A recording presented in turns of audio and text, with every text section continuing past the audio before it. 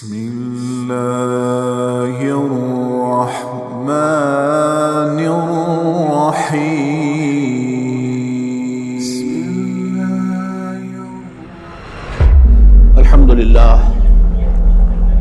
الحمد لله وكفى والصلاة والسلام على عباده الذين اصطفى خصوصا على أفضلهم وخاتم النبيين محمد الأمين وعلى آله وصحبه أجمعين. أما بعد فأعوذ بالله من الشيطان الرجيم. بسم الله الرحمن الرحيم. رب اشرح لي صدري ويسر لي أمري واحلل عقدة من لساني يفقهوا قولي. اللهم ربنا ألهمنا رشدنا وأعذنا من شرور أنفسنا. اللهم أرنا الحق حقا وارزقنا اتباعه وأرنا الباطل باطلا وارزقنا اجتنابه. آمین یا رب العالمین. معزز حاضرین اور محترم خواتین، السلام علیکم ورحمۃ اللہ وبرکاتہ. اس حقیقت میں کسی شک و شبے کی گنجائش نہیں ہے کہ 20ویں صدی عیسوی کے عظیم ترین اسلامی مفکر علامہ اقبال تھے. مزید برآں وہ ملت اسلامیہ کے احیاء کے علم بردار تھے، بلکہ اس کے مبشر تھے. انہوں نے بشارت دی تھی کہ اب یہ شاخ ہاشمی کرنے کو ہے، پھر برگ و بر پیدا.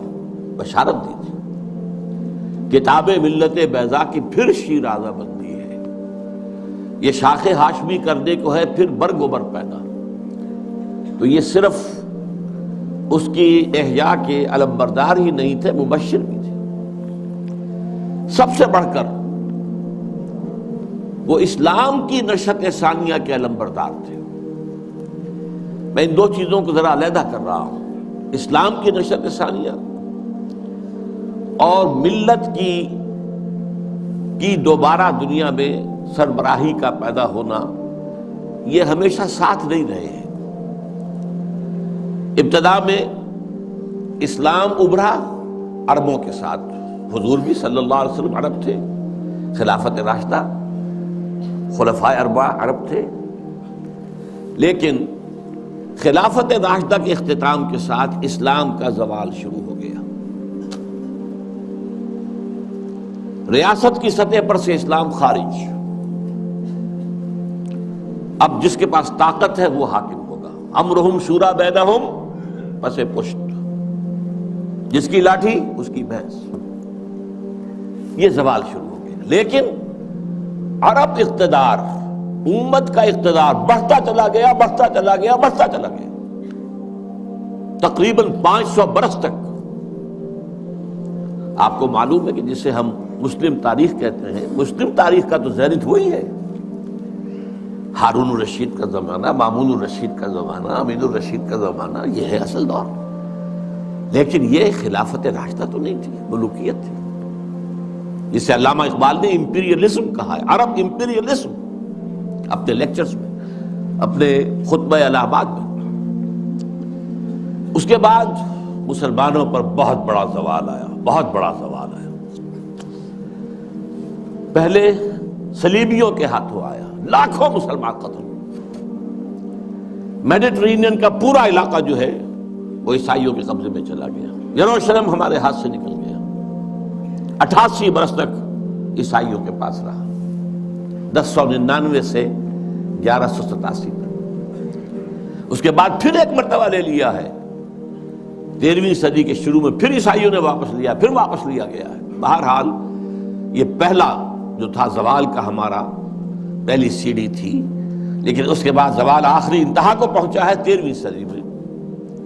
تاتاریوں کے ہاتھوں کروڑوں مسلمان قتل. میں جو بات بتا رہا ہوں وہ یہ ہے کہ اسلام اور مسلمان کو ایک شے نہ سمجھیے.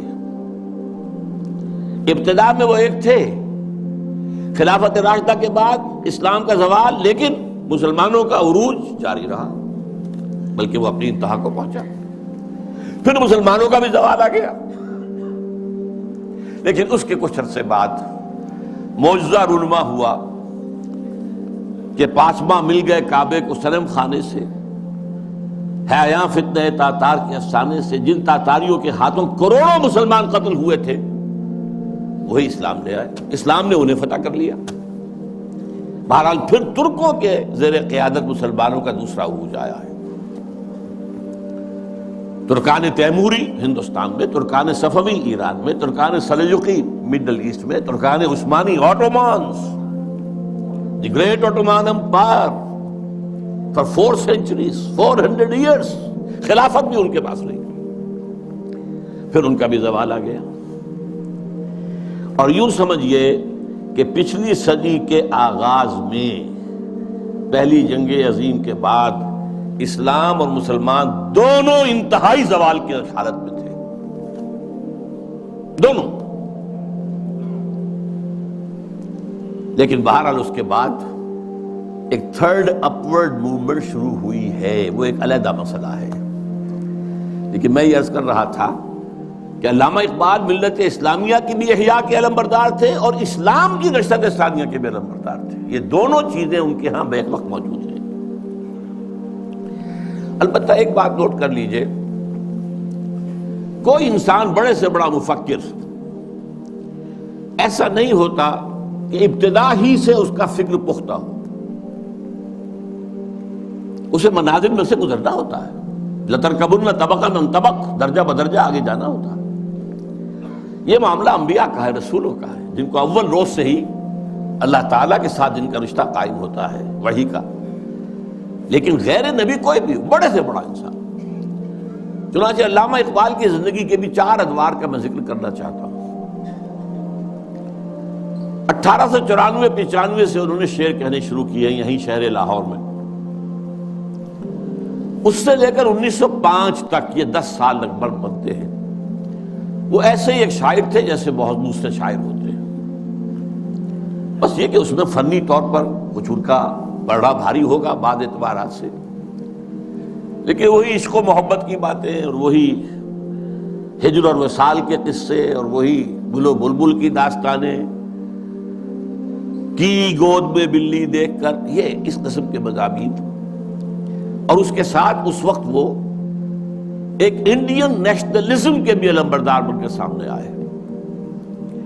ایک نیا شوالہ اس دیش میں بسائیں، گویا کہ ہندوستان مسلمان، ہندو اور مسلمان مل کر کوئی ایک معبد تعمیر کرے۔ شاید یہ صدائے بازگشت تھی اکبر کے فلسفہ دین الہی کی، یا پھر اس کے بعد راجہ رام موہن رائے کا جو مجلس عزدی تھی، برہمو سماج، ایک نیا شوالہ اس دیش میں بسا، اور اس میں سے یہ بھی ہے ترانہ ہندی، سارے جہاں سے اچھا ہندوستاں ہمارا، ہم بلبلیں ہیں اس کی، وہ گلستاں ہمارا، وغیرہ وغیرہ۔ یہ 2 نکات میں نے آپ کے سامنے نوٹ کیے ہیں۔ یہ ہے 1905 تک کا معاملہ۔ 1905 سے لے کر 1908 تک 3 برس علامہ اقبال نے یورپ میں گزارے ہیں، برطانیہ میں اور جرمنی میں۔ اس دور میں ان کے اندر ایک عظیم انقلاب برپا ہوا ہے۔ وہ انقلاب کیا تھا؟ ایک انہی کا مصرع جو ہے بورو کر رہا ہوں، مسلمان کو مسلمان کر دیا طوفان مغرب نے۔ اقبال جب یورپ گیا تھا اتنا مسلمان نہیں تھا جتنا کہ وہاں جا کر مسلمان ہوا ہے۔ یہ ایک بڑا نیچرل ریئیکشن ہوتا ہے اگر کسی شخص کی ابتدائی اور بنیادی تربیت کے اندر دین کا عنصر موجود ہو، جیسا کہ علامہ اقبال کے ہاں تھا۔ ان کی والدہ ایک بہت نیک سیرت مسلمان خاتون، ان کے والد ایک صوفی منش بزرگ، پھر ان کے استاذ علامہ میر حسن، یہ ان کی شخصیت کے جو ابتدائی جو کردار سازی کا دور ہوتا ہے اس کے اندر اہم ترین جو ہے عوامل تھے۔ پھر جو کچھ ہوا، لاہور میں آئے، گورنمنٹ کالج میں رہے بھی کیا، یہاں پر رہے، وہ کچھ دور اور تھا۔ لیکن انگلستان جاتے تو معلوم ہوتا ہے کہ شعلہ بھڑک اٹھا، مسلمان کو مسلمان کر دیا طوفان مغرب نے۔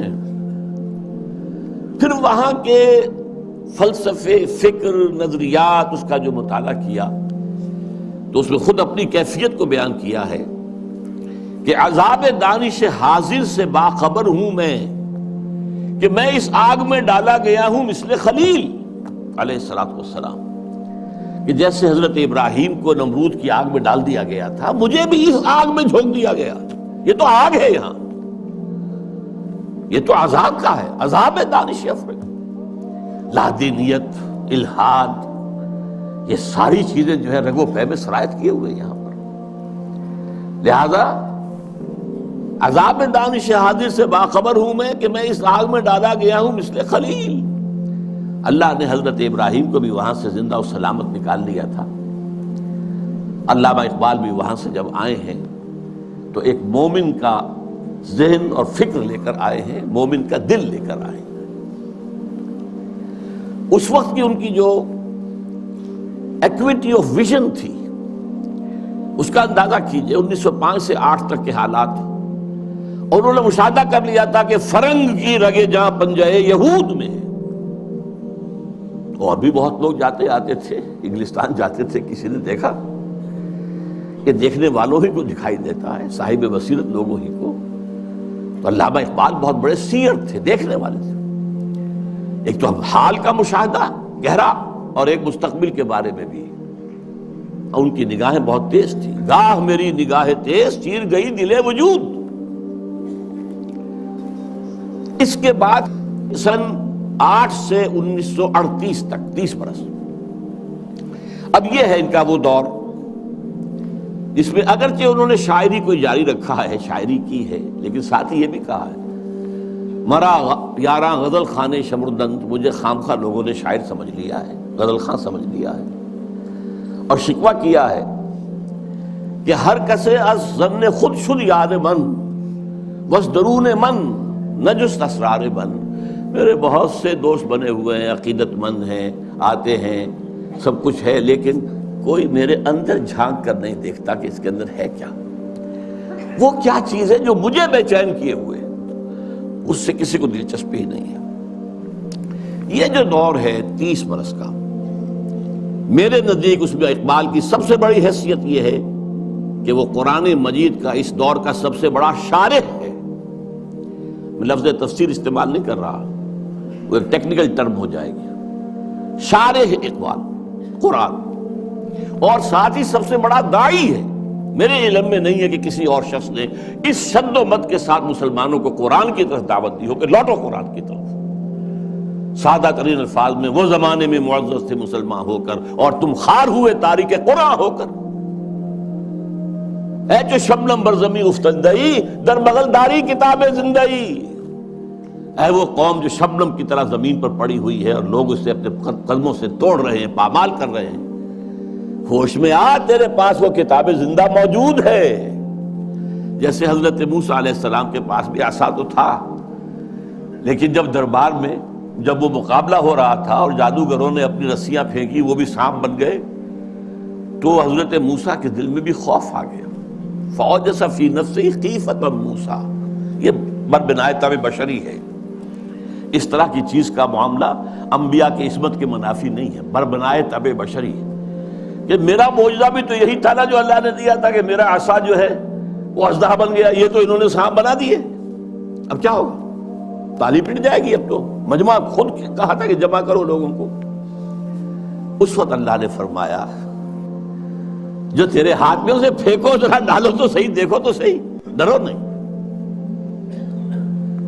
وہ جب ڈالا ہے اور اس نے وہ سارے ہڑپ کر لیے، اس جو بنا وہ اژدہا، وہ جو جتنی بھی بنی تھی وہ بظاہری وہ سانپ، وہ سب کے ساتھ ہڑپ کے اب سجدے میں گر پڑے ساجدہ کر، القی السحرۃ ساجدین۔ اسی طرح یہ امت آج اگرچہ موجود ہے، عصائے موسوی بغل میں ہے، سانپوں سے ڈر رہے ہیں، در بغل داری کتاب زندئی، اے جو شبنم بر زمیں افتندئی۔ میں تفصیل میں نہیں جا سکتا، میری ایک کتاب ہے علامہ اقبال اور ہم، اس میں میں نے تفصیل سے علامہ اقبال کے شارح قرآن ہونے کے اعتبار سے میں نے انہیں رومی ثانی قرار دیا۔ رومی کے بارے میں حضرت جامی رحمہ اللہ نے جو اشعار کہے تھے، مثنوی مولوی معنوی ہست قرآن در زبان پہلوی. یہ جو مولوی معنی، مولوی روم، ان کی جو مثنوی ہے، یہ فارسی زبان میں، پہلوی زبان میں قرآن ہی ہے، قرآن ہی کے مفاہیم ہیں، قرآن ہی کے مقاصد ہیں، قرآن ہی کا فکر ہے، قرآن ہی کا فلسفہ ہے جو بیان کیا گیا. منچ گویم وصف عالی جناب نیست پیغمبر ولیکن دارت کتاب. میں کیا کچھ وصف بیان کروں مولانا روم کا، وہ پیغمبر تو نہیں تھے لیکن کتاب ان کے پاس تھی. کتاب جو ہے مثنوی مولوی ایمان. بالکل یہی بات جامی ہی کے طرح کے بہت بڑے شاعر تھے جالندھر کے گرامی، اور انہوں نے یہ بات کہی تھی، در دیدہ مانی نگراں حضرت اقبال، پیغمبر یہ کر دو پیغمبر نہ تو آشد. جو لوگ معنی پر نگاہ رکھتے ہیں، جو لوگ صرف الفاظ کو نہیں دیکھتے، گہرائی میں جاتے ہیں، ان کے نزدیک تو حضرت اقبال کا معاملہ یہ ہے کہ انہوں نے پیغمبری کی ہے، اگرچہ انہیں پیغمبر نہیں کہہ سکتے، معاذ اللہ ثم معاذ اللہ ثم معاذ اللہ. بہرحال یہ میرے نزدیک 1908 کے بعد سے لے کر ملت کے احیاء کا نعرہ، ملت کے احیاء کی نوید جاں فضا، اسلام کے نشت ثانیہ کے دور کے آغاز کی بشارتیں بھی سنائیں، اور اس کے لیے ایک فکری مواد پیدا کیا. مغربی فکر پر تنقید کی، زوردار تنقید کی، ان کی سیاست پر تنقید کی. انسانی حاکمیت کہاں سے لے آئے ہو؟ سروری زیبا فقط اس ذات بے ہمتا کو ہے، حکمراں ہے ایک وہی باقی بتان آزری. حاکمیت تو صرف اللہ کو ہے، کسی کو یہ حق حاصل نہیں. اللہ کی حاکمیت، انسانی حاکمیت چاہے فرد واحد کی ہو، فرعون ہو، نمرود ہو، تو جتنی بڑی نجاست کا ایک بہت بڑا، یوں سمجھئے کہ بہت بڑی گانٹھ جو ہے کسی کے سر پر رکھ دی گئی ہے، ٹنوں، وہ اگر ایک ایک ماشا کر کے سب میں بانٹ دی جائے گی تب بھی تو نجاست ہی رہے گی. انسانی حاکمیت کا تصور جو ہے وہ نجاست ہے، وہ کفر ہے، وہ شرک ہے. توحید کیا ہے؟ اللہ کی حاکمیت. معیشت پر جو ان کا نظام ہے، جس طریقے سے انہوں نے مغربی معیشت کے تار و پود بکھیرے ہیں، جس طریقے سے کہ جو یہ بینکنگ سسٹم پر انہوں نے کہا ہے، ای ملوک ای فکر چالاک یہود. یہ بینک کیا ہے؟ یہ یہودیوں کے دھوکہ دینے والی فکر کا نتیجہ ہے. نور حق از سینہ آدم ربود، آدم کے دل سے، آدم کے سینے سے وہ نور حق جو ہے، وہ جو نفخت فیہ من روحی، وہ جو روحانی عنصر ہے انسان کا، جس کا محل قلب ہے، اس کو نکال باہر کیا. اور ذرا غور کیجئے، حیرت ہوتی ہے جذبات کی شدت. تا تہو بالا نہ گردہ دی نظام، دانش و تہذیب و دین سودائے خام. جب تک یہ بینکوں کا نظام تلپٹ نہیں کیا جاتا، جڑ سے اکھاڑ کر نہیں پھینکا جاتا، کہاں کی دانش، کہاں کی تہذیب اور کہاں کا دین؟ اندازہ کیجیے، عرض کیجیے جوہر اندیشہ کی گرمی کہاں، کچھ خیال آیا تھا، وحشت کا کہ صحرا جل اٹھا. پھر وطنیت، نیشن سٹیٹ کا تصور. ان تازہ خداؤں میں بڑا سب سے وطن ہے. اس دور میں میں اور ہے، جام اور ہے، جم اور. ساقی نے بنا کی روش لطف و ستم اور. مسلم نے بھی تعمیر کیا اپنا حرم اور. تہذیب کے آذر نے ترشوائے صنم اور، نئے نئے بت. ان تازہ خداؤں میں بڑا سب سے وطن ہے، جو پیرہن اس کا ہے وہ مذہب کا کفن ہے. نظارہ دیرینہ زمانے کو دکھا دے، اے مصطفی خاک میں اس بت کو ملا دے. اسلام تیرا دیس ہے، تو مصطفی ہے، بازو تیرا توحید کی قوت سے قوی ہے. اب یہ تصورات اندازہ کیجیے، یہ کوئی شاعری کے مضامین ہے؟ یہ وصل و ہجر کی باتیں ہو رہی ہے؟ کیا ہو رہا ہے؟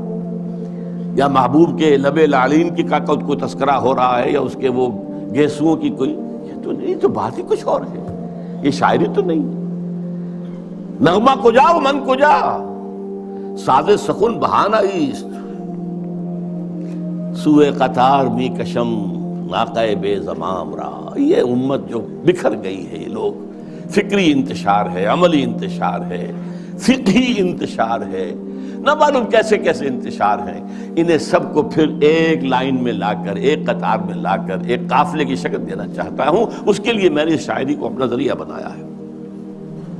اس میں سے بھی جو میں نے آپ کو 30 سال گنوائے ہیں، 8 سے لے کر اور 38 تک، 1908 سے 1938، آخری 8 سال بہت اہم ہیں، بہت اہم ہیں، بہت اہم. سن 30 تا 38، اس میں جو ان کے کارنامے ہیں، ان میں سب سے بڑا کارنامہ نوٹ کر لیجئے، مسلم لیگ کی تحریک میں احیاء اسلام کا انجیکشن لگانا.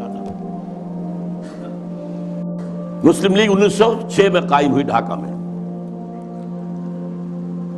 اس میں نہ شامل تھے محمد علی جناح، میں ان کا نام اس لیے لے رہا ہوں، قائد اعظم نہیں کہہ رہا، اس وقت وہ قائد اعظم نہیں تھے. نہ علامہ اقبال، علامہ اقبال تو تھے ہی نہیں، وہ یورپ میں تھے. لیکن یہ کہ مسٹر جناح موجود تھے ہندوستان میں، لیکن وہ کانگریس کے رکن تھے، دادا بھائی نوروجی کے سیکرٹری تھے، مسلم لیگ میں نہیں آئے. بڑی مشکل سے کہنے سننے سے مولانا محمد علی جوہر کے وہ مسلم لیگ میں آئے، لیکن پھر بھی اپنی ڈوئل ممبرشپ برقرار رکھی، کانگریس کی بھی اور مسلم لیگ کی بھی، اور سر توڑ کوشش کی ہے. اس وقت تک یوں سمجھیے کہ جو 24 برس ہیں، 6 سے لے کے 30 تک، مسلم لیگ کی حیثیت جو ہے، نمبر ایک تو یہ کوئی عوامی جماعت تھی ہی نہیں. اگر موقع ملا تو میں قائد اعظم کا بھی ایک قول اس میں نقل کروں گا. یہ ایک بس ادارہ سا تھا، کچھ بڑے ایلیٹ مسلمانوں کے، کچھ نوابزادے، کچھ جاگیردار، کچھ اور اسی اعتبار سے نمایاں لوگوں کا بس ایک انجمن تھی. اور اس کی کوشش ساری صرف یہ تھی کہ کوئی ایسا فارمولہ طے ہو جائے ہندوؤں اور مسلمانوں کے مابین کہ اگر ہندوستان ایک وحدت کی حیثیت سے آزاد ہو اور یہاں پر جدید دور کے مطابق جو ہے ون مین ون ووٹ کے حوالے سے حکومتیں بننی شروع ہوں، تو ایسا نہ ہو کہ مسلم اقلیت جو ہے وہ ہندوؤں کی اکثریت کے تلے پس کر رہ جائے. ان کا تشخص برقرار رہنا چاہیے، ان کی حقوق برقرار رہنے چاہیے، ان کی کوئی ضمانت ہونی چاہیے. بلکہ اندیشہ یہ تھا کہ وہ ہندو اپنی 800 سالہ غلامی کا انتقام لیں گے ہم سے، یہ خوف بھی تھا. اس کو میں نیگیٹو ایلیمنٹ کہتا ہوں، یہ تحریک مسلم لیگ کا نیگیٹو ایسپیکٹ تھا. لیکن اور اس میں جان لیجئے کہ سب سے بڑا رول پلے کر رہا تھا محمد علی جناح، جسے کہا گیا تھا اتحاد کا سفیر، اور یہ ہندو ہیں دینے والے ان کو یہ خطاب. سر توڑ کوشش کی ہے، آخر مایوس ہو گیا. اس نے سیاست سے کنارہ کشی اختیار کی، انگلستان جا کر کوٹھی خریدی، لیگل پریکٹس شروع کر دی اور وہاں بیٹھ گئے. ان کے اس عرصے میں سن 30 میں خطبہ الہ آباد دیا علامہ اقبال نے. یہ خطبہ ہے میرے نزدیک ٹرننگ پوائنٹ، کہ اس سے پہلے اگرچہ علامہ اقبال اپنی شاعری میں اسلام کے دوبارہ زندہ ہونے کی نوید سنا چکے تھے اور خبر دے رہے تھے کہ کتاب ملت بیضا کی پھر شیرازہ بندی ہے، عشاق ہاشمی کرنے کو ہے پھر برگ و بر پیدا، سبق پھر پڑھ صداقت کا، شجاعت کا، عدالت کا، لیا جائے گا تو اس سے کام دنیا کی امامت کا، اور نکل کے صحرا سے جس نے روما کی سلطنت کو الٹ دیا تھا، سنا ہی میں قدسیوں سے میں نے کہ شیر پھر ہوشیار ہوگا، وغیرہ وغیرہ. تو ایک سور تو اقبال پھونک چکا تھا. جو بھی تعلیم یافتہ لوگ تھے ہندوستان میں مسلمان، خاص طور پر شمالی ہند میں زیادہ، لیکن حیدرآباد دکن میں بھی بہت ہی اس کا گہرا اثر تھا. لیکن یہاں آ کر اب مسلم لیگ کے صدر کی حیثیت سے انہوں نے انجیکشن لگایا. وہ انجیکشن کیا تھا؟ نمبر ایک، مسلمان ایک علیحدہ قوم ہیں، قومیت کی کسی بھی تعریف پر پورے اترتے. یہ ان کا فلسفیانہ حصہ ہے اس خطبے کا.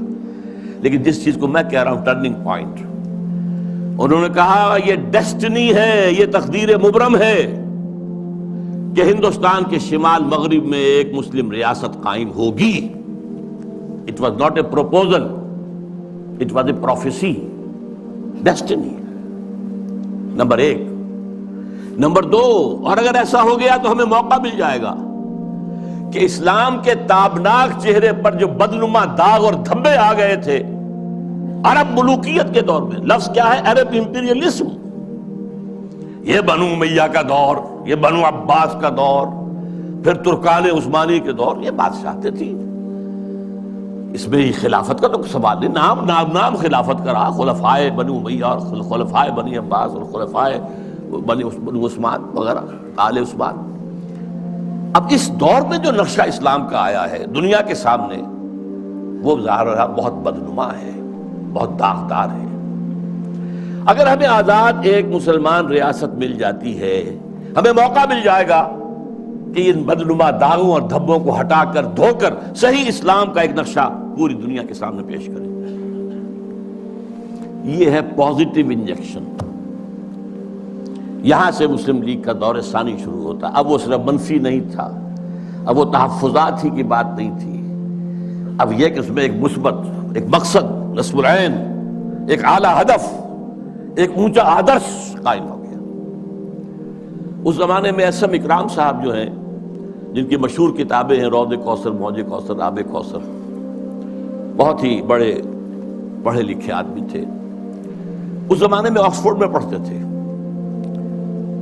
قائد اعظم سے ملاقات کے لیے گئے اور کہا آپ کیوں چھوڑ کر آ گئے ہندوستان کو؟ ہندوستان کے مسلمانوں کو آپ کی قیادت کی ضرورت ہے۔ میں حیران ہو گیا ان کے دو جملے پڑھ کر، ہندوز آر انکورجیبل، ہندو ناقابل اصلاح ہے۔ میں نے سر توڑ کوشش کر کے دیکھ لی، وہ کوئی عقل کی بات سننے کو تیار نہیں۔ ہندوز آر انکورجیبل۔ اور مسلمانوں کا حال یہ ہے کہ ان کا بڑے سے بڑا لیڈر جو بات مجھ سے صبح کہتا ہے، شام کو جا کر وہ اپنی سطح کے مطابق یا ڈپٹی کمشنر سے یا گورنر سے کہہ دیتا ہے۔ تو ایسی قوم کی رہنمائی میں کیسے کروں؟ لیکن پھر یہ اقبال ہے جو میدان میں آیا ہے۔ 1932 کی گول بیس کانفرنس میں شرکت کے لیے علامہ اقبال لندن گئے۔ محمد علی جناح اس میں شریک نہیں تھے کیونکہ وہ تو سیاست چھوڑ چکے تھے۔ اس موقع پر محمد علی جناح سے ملاقاتیں کی ہیں علامہ اقبال نے، اور یہی مثبت انجیکشن ان کو لگایا۔ تو وہی انجیکشن جو ہے اقبال نے مسلم لیگ میں بحیثیت مسلم لیگ 1930 میں لگایا، اور محمد علی جناح کے جسم میں 1932 میں لگایا، اور اس نے جناح کی قلب ماہیت کر دی، جناح کو بدل کر رکھ دیا۔ اور میں اسے کہا کرتا ہوں کہ جیسے مولانا روم کہتے ہیں، مولوی ہرگز نہ شد مولائے روم، تا غلام شمس تبریز نہ شد۔ شمس تبریز کی ملاقات سے پہلے میں مولوی تھا، مولوی، مجھے جو مولائے روم بننے کی سعادت حاصل ہو گئی ہے، یہ تو شمس تبریز کی صحبت۔ مولوی ہرگز نہ شد مولائے روم، تا غلام شمس تبریز نہ شد۔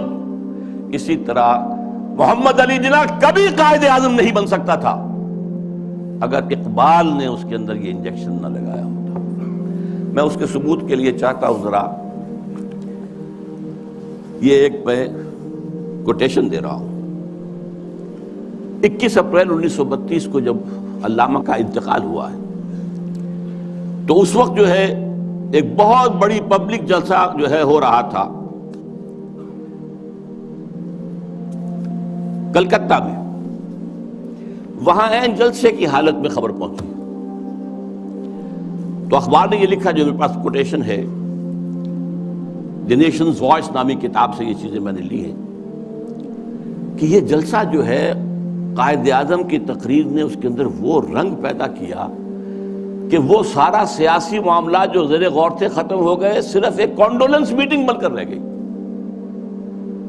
تعزیت اجلاس، الفاظ سنیے، میں سارا نہیں سنا سکتا، صرف چند جملے۔ Mr. M. Jinnah said that the sorrowful news of the death of Sir Muhammad Iqbal had plunged the world of Islam in gloom and mourning. Sir Muhammad Iqbal was undoubtedly one of the greatest poets, philosophers and seers of human history. Seers, دیکھنے والا، پیش بینی کرنے والا، آنے والے حالات کو دیکھ لینے والا۔ To me he was a personal friend, philosopher and guide, and as such the main source of my inspiration and spiritual support. یہ کون کہہ رہا ہے؟ محمد علی جناح. وہ کوئی اس طرح کا آدمی نہیں تھا کہ جو لفاظی کرتا ہو، وہ ایک ایک لفظ جانچ کر تول کر بولنے والا شخص ہے، اس نے یہ کہا ہے. اور اس سے بھی آگے کی بات سن لیجئے. If I live to see the ideal of Muslim state being achieved in India, and then if I were offered to make a choice between the works of Iqbal and the rulership of that Muslim state, I would prefer the former. اگر ہم پاکستان حاصل کر سکے اور اس میں اگر موقع آیا اور مجھ سے کہا گیا کہ اب آپ کے پاس دو چوائسز ہے، یا علامہ اقبال کے کلام کو قبول کر لیجئے اور یا اس ملک کی حکمرانی، تو میں علامہ اقبال کے کلام کو ترجیح دوں گا. پھر میں عرض کر رہا ہوں، یہ الفاظ کس کے ہیں؟ قائد اعظم کے. بلکہ ایک اور میں اس کو آپ کو سنانا چاہتا ہوں، ایک جملہ اور. In April 1936, I thought transforming the Muslim League, which was then only an academical institution, into a parliament of the Muslims of India. From that time to the end of his life, he, yani Iqbal, continued, Qaid A'zam ne kaha, he continued, Iqbal stood as a rock by him. He was not only a great poet who had a permanent place in the history of the world's best literature, but he was also a very dynamic personality. بہرحال یہ پہلی بات تھی جو میں نے گنوائی ہے. دوسری بات جو نگاہوں سے بالکل پوشیدہ ہے، یہ بات بھی خفی ہے. اقبال کا انفلوئنس قائد اعظم پر یہ لوگوں کے ذہنوں میں نہیں ہے، جس کو میں چاہتا ہوں کہ واقعتاً سمجھا جائے، تاریخ کے آئینے میں دیکھا جائے. دوسری بات جو بالکل ہی خفی ہے، سن 32 سے 35 تک علامہ ایک ایسی جماعت قائم کرنے کی کوشش کرتے رہے جو اسلام کے احیاء اور اسلام کی نشت ثانیہ کا کام کر سکے. حالانکہ وہ مسلم لیگ میں تھے، قائد اعظم کے ساتھی تھے، ان کے ساتھ ادنا کارکن کی حیثیت سے بھی شریک رہے. انہوں نے ہی 1930 کا خطبہ دیا، لیکن وہ یہ محسوس کرتے تھے اور صحیح محسوس کرتے تھے کہ مسلم لیگ کی تحریک کے نتیجے میں ایک مسلم قومی ریاست تو قائم ہو سکتی ہے، اسلامی ریاست قائم نہیں ہو سکتی. لہذا سن 32 سے 35 تک کے عرصے کے درمیان ان کی کوشش رہی کہ ایک جماعت بنے. وہ جماعت کیا ہو؟ پریکٹسنگ مسلمز کے اوپر مشتمل ہو، جو اسلام پر عمل کریں. ویسے یہ کتاب پوری تفصیل سے آپ اس میں پڑھ سکیں گے، علامہ اقبال کی آخری خواہش. یہ پورا ڈاکومنٹ ہے، اللہ کا شکر ہے کہ جو اب سامنے آ چکا ہے.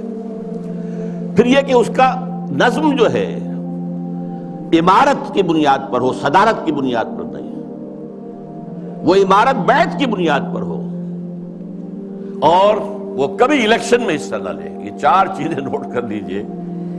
یہ بہت سے اعتبارات سے مسلم لیگ کا اینٹی تھیسس بنتا ہے. اس کی کوشش کر رہے تھے. اس کی وجہ کیا ہے؟ وہ بات جو بعد میں علامہ کے انتقال کے 2 سال بعد مولانا مودودی نے کہی ہے 1940 میں اسٹریچی ہال علی گڑھ یونیورسٹی میں، جو ایک کتاب کی شکل میں شائع ہوتی ہے، اسلامی حکومت کیسے قائم ہوتی ہے. مین تھیم یہی تھا کہ مسلمانوں کی ایک قومی تحریک کی بنیاد پر ایک قومی ریاست تو وجود میں آ سکتی ہے، اسلامی نہیں آ سکتی. اس میں ہر طرح کا آدمی آ سکتا ہے، ہر کردار کا آدمی آ سکتا ہے، ہر شخص آ سکتا ہے، نمازی ہے یا نہیں ہے، روزہ رکھتا ہے یا نہیں رکھتا ہے، شاعر اسلام سے تعلق ہے یا نہیں ہے، قادیانی ہے یا کوئی اور ہے، کچھ ہو، کوئی بھی ہو، نام مسلمان کا ہونا چاہیے. مسلم لیگ کا تو معاملہ یہ تھا. اس سے ظاہر بات ہے اسلامی ریاست قائم نہیں ہو سکتی. یہ بات علامہ اقبال کے دل کی بات ہے. مولانا مودودی کو بلانے والے دکن سے علامہ اقبال تھے. مسلم نیشن ہوڈ کی بات جو 1930 میں علامہ اقبال نے کی تھی اپنے خطبے میں، اسے نہایت سلیس پیرائے کے اندر واضح کرنے والے علامہ مولانا مودودی تھے، مسئلہ قومیت کے نام سے. اسی آخری دنوں میں یہ جو نظمیں ان کی آئی ہیں جو 1935 کے بعد کہی گئی ہیں اور جو ان کی زندگی میں شائع بھی نہیں ہوئی، یہ ان کے زندگی بھر کے سوچ کا نچوڑ ہے۔ ظاہر بات ہے، جو میں نے کہا تھا کہ مفکر ہو، فلسفی ہو، اس کے فکر میں ارتقا ہوتا ہے، ارتقا ہوتے ہوتے وہ اپنی انتہا کو پہنچتا ہے۔ لہٰذا اقبال کے فکر کا ارتقا جو ہے وہ ان نظموں میں ہے کہ جو ان کے انتقال کے بعد شائع ہوئی ہیں، ارمغان حجاز ان کی زندگی میں شائع نہیں ہو سکی، چونکہ اس وقت تک اردو کی نظمیں تھیں بہت کم، علیحدہ کتابی شکل میں نہیں شائع کی گئی، بلکہ فارسی کے ساتھ ہی ملا کر اس کو فارسی اردو جمع کر کے شائع کیا گیا۔ اور دوسرے، جیسا کہ میں نے عرض کیا، انہوں نے ایک نئی نوجوان کا جو ہے تصور پیش کیا اور کوشش کی کہ وہ قائم ہو جائے۔ میں ایک چھوٹا سا نکتہ اور کہ میں نے اپنے لیے ایک لقب اختیار کیا ہے، یکے از رگ ہائے ساز اقبال۔ اس کا پس منظر کیا ہے؟ زندگی کے آخری ایام میں حضرت علامہ بہت تشویش میں تھے کہ میرا وقت تو اب آ رہا ہے، قریب آ گیا ہے، میں جانے والا ہوں، اور انہیں اپنے آس پاس کوئی آدمی ایسا نظر نہیں آ رہا تھا کہ جو ان کے اس مشن کو آگے لے کر بڑھ سکے۔ میں قرآن مجید میں جب غور کرتا ہوں تو معلوم ہوتا ہے جو حضرت زکریا کی کیفیت تھی، جبکہ انہوں نے دعا کی اللہ سے، اللہ مجھے بیٹا عطا کر دے، میں اب بوڑھا ہو گیا ہوں، وَإِنِّي خِفْتُ الْمَوَالِيَ مِنْ وَرَائِي، اب میں جو موالی ہیں، میرے آس پاس ہیں، ارد گرد لوگ ہیں، رشتہ دار ہیں، ان سے تو مجھے اندیشہ ہے کہ وہ اس راستے پر نہیں چل پائیں گے۔ فَهَبْ لِي مِن لَّدُنْكَ وَلِيًّا، مجھے کوئی ولی عطا کر دے۔ اللہ نے پھر حضرت یحییٰ کی بشارت دی۔ یہ تشویش تھی جو علامہ اقبال کے ذہن میں تھی۔ آخری دنوں کے ان کے دو اشعار بہت مشہور ہیں، سرود رفت باز آیت کے نایت، نسیم از حجاز آیت کے نایت، سرآمد روزگار ای فقیر دیگر دانا راز آیت کے نایت۔ اچھا، دیگر دانا راز کے بارے میں ایک اور ان کی نظم جو ہے، جو زبور عجم میں ہے، اس کا بھی مرکزی شعر یہی ہے۔ پہلا شعر بہت اہم ہے، اگرچہ میرے اس وقت کے موضوع سے متعلق نہیں ہے، لیکن میں اس کا ذکر کروں گا ضرور، اس لیے کہ علامہ کے بارے میں ایک عام غلط فہمی یہ ہے کہ وہ حضرت مہدی کے ظہور اور حضرت عیسیٰ کے نزول کے قائل نہیں تھے۔ ایسی بات غلط ہے۔ یہ زبور عجم کی نظم سنا رہا ہوں آپ کو۔ خضر وقت از خلوت دشت حجاز آید بروں، کارواں زی وادی دور و دراز آید بروں۔ یہاں حضرت مہدی کے لیے خضر وقت، اپنے وقت کا خضر، رہنما، وہ لفظ استعمال کیا ہے، مذہبی اصطلاح استعمال نہیں کی ہے، لیکن خلوت دشت حجاز سے برآمد ہوں گے۔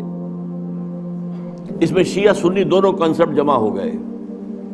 شیعوں کے نزدیک ان کے 12ویں امام روپوش ہے، وہاں سے برآمد ہو جائیں گے، اور سنیوں کے نزدیک حضرت ام سلمہ رضی اللہ تعالی عنہ کی ایک روایت کے مطابق وہ روپوش ہوں گے، مکے میں چھپے ہوئے ہوں گے۔ تو یہ دونوں تصورات جمع ہو گئے، خلوت دشت حجاز، خضر وقت از خلوت دشت حجاز آیت بروں، کارواں زی وادی دور و دراز آیت بروں۔ قافلہ جو چلے گا وہ اس وادی دور و دراز سے، اس کون سی وادی؟ جہاں اقبال تھا، اور حضور کی حدیث ہے، یخرج ناس من المشرق یوطئون للمہدی، یعنی سلطانہ، مشرق کے ایک ملک سے فوجیں آئیں گی جو حضرت مہدی کی حکومت کو قائم کریں گی، مضبوط کریں گی۔ اس حدیث کی تعبیر ہے کہ کارواں زی وادی دور و دراز آیت بروں۔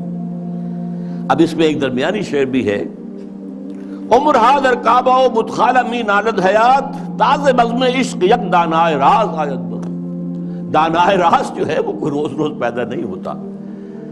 عمر نسل بعد نسل حیات انسانی جو ہے کعبہ اور بت خانے میں نالا کرتی رہتی ہے، فریاد کرتی رہتی ہے، فغاں کرتی، تب کہیں جا کر کوئی ایک دانائے راز برآمد ہوتا ہے۔ تو دانائے راز تو اب تک کوئی اور نہیں آیا ہے اقبال کے بعد۔ اللہ چاہے گا تو وجود میں آ جائے گا، ابھی تک تو نہیں آیا۔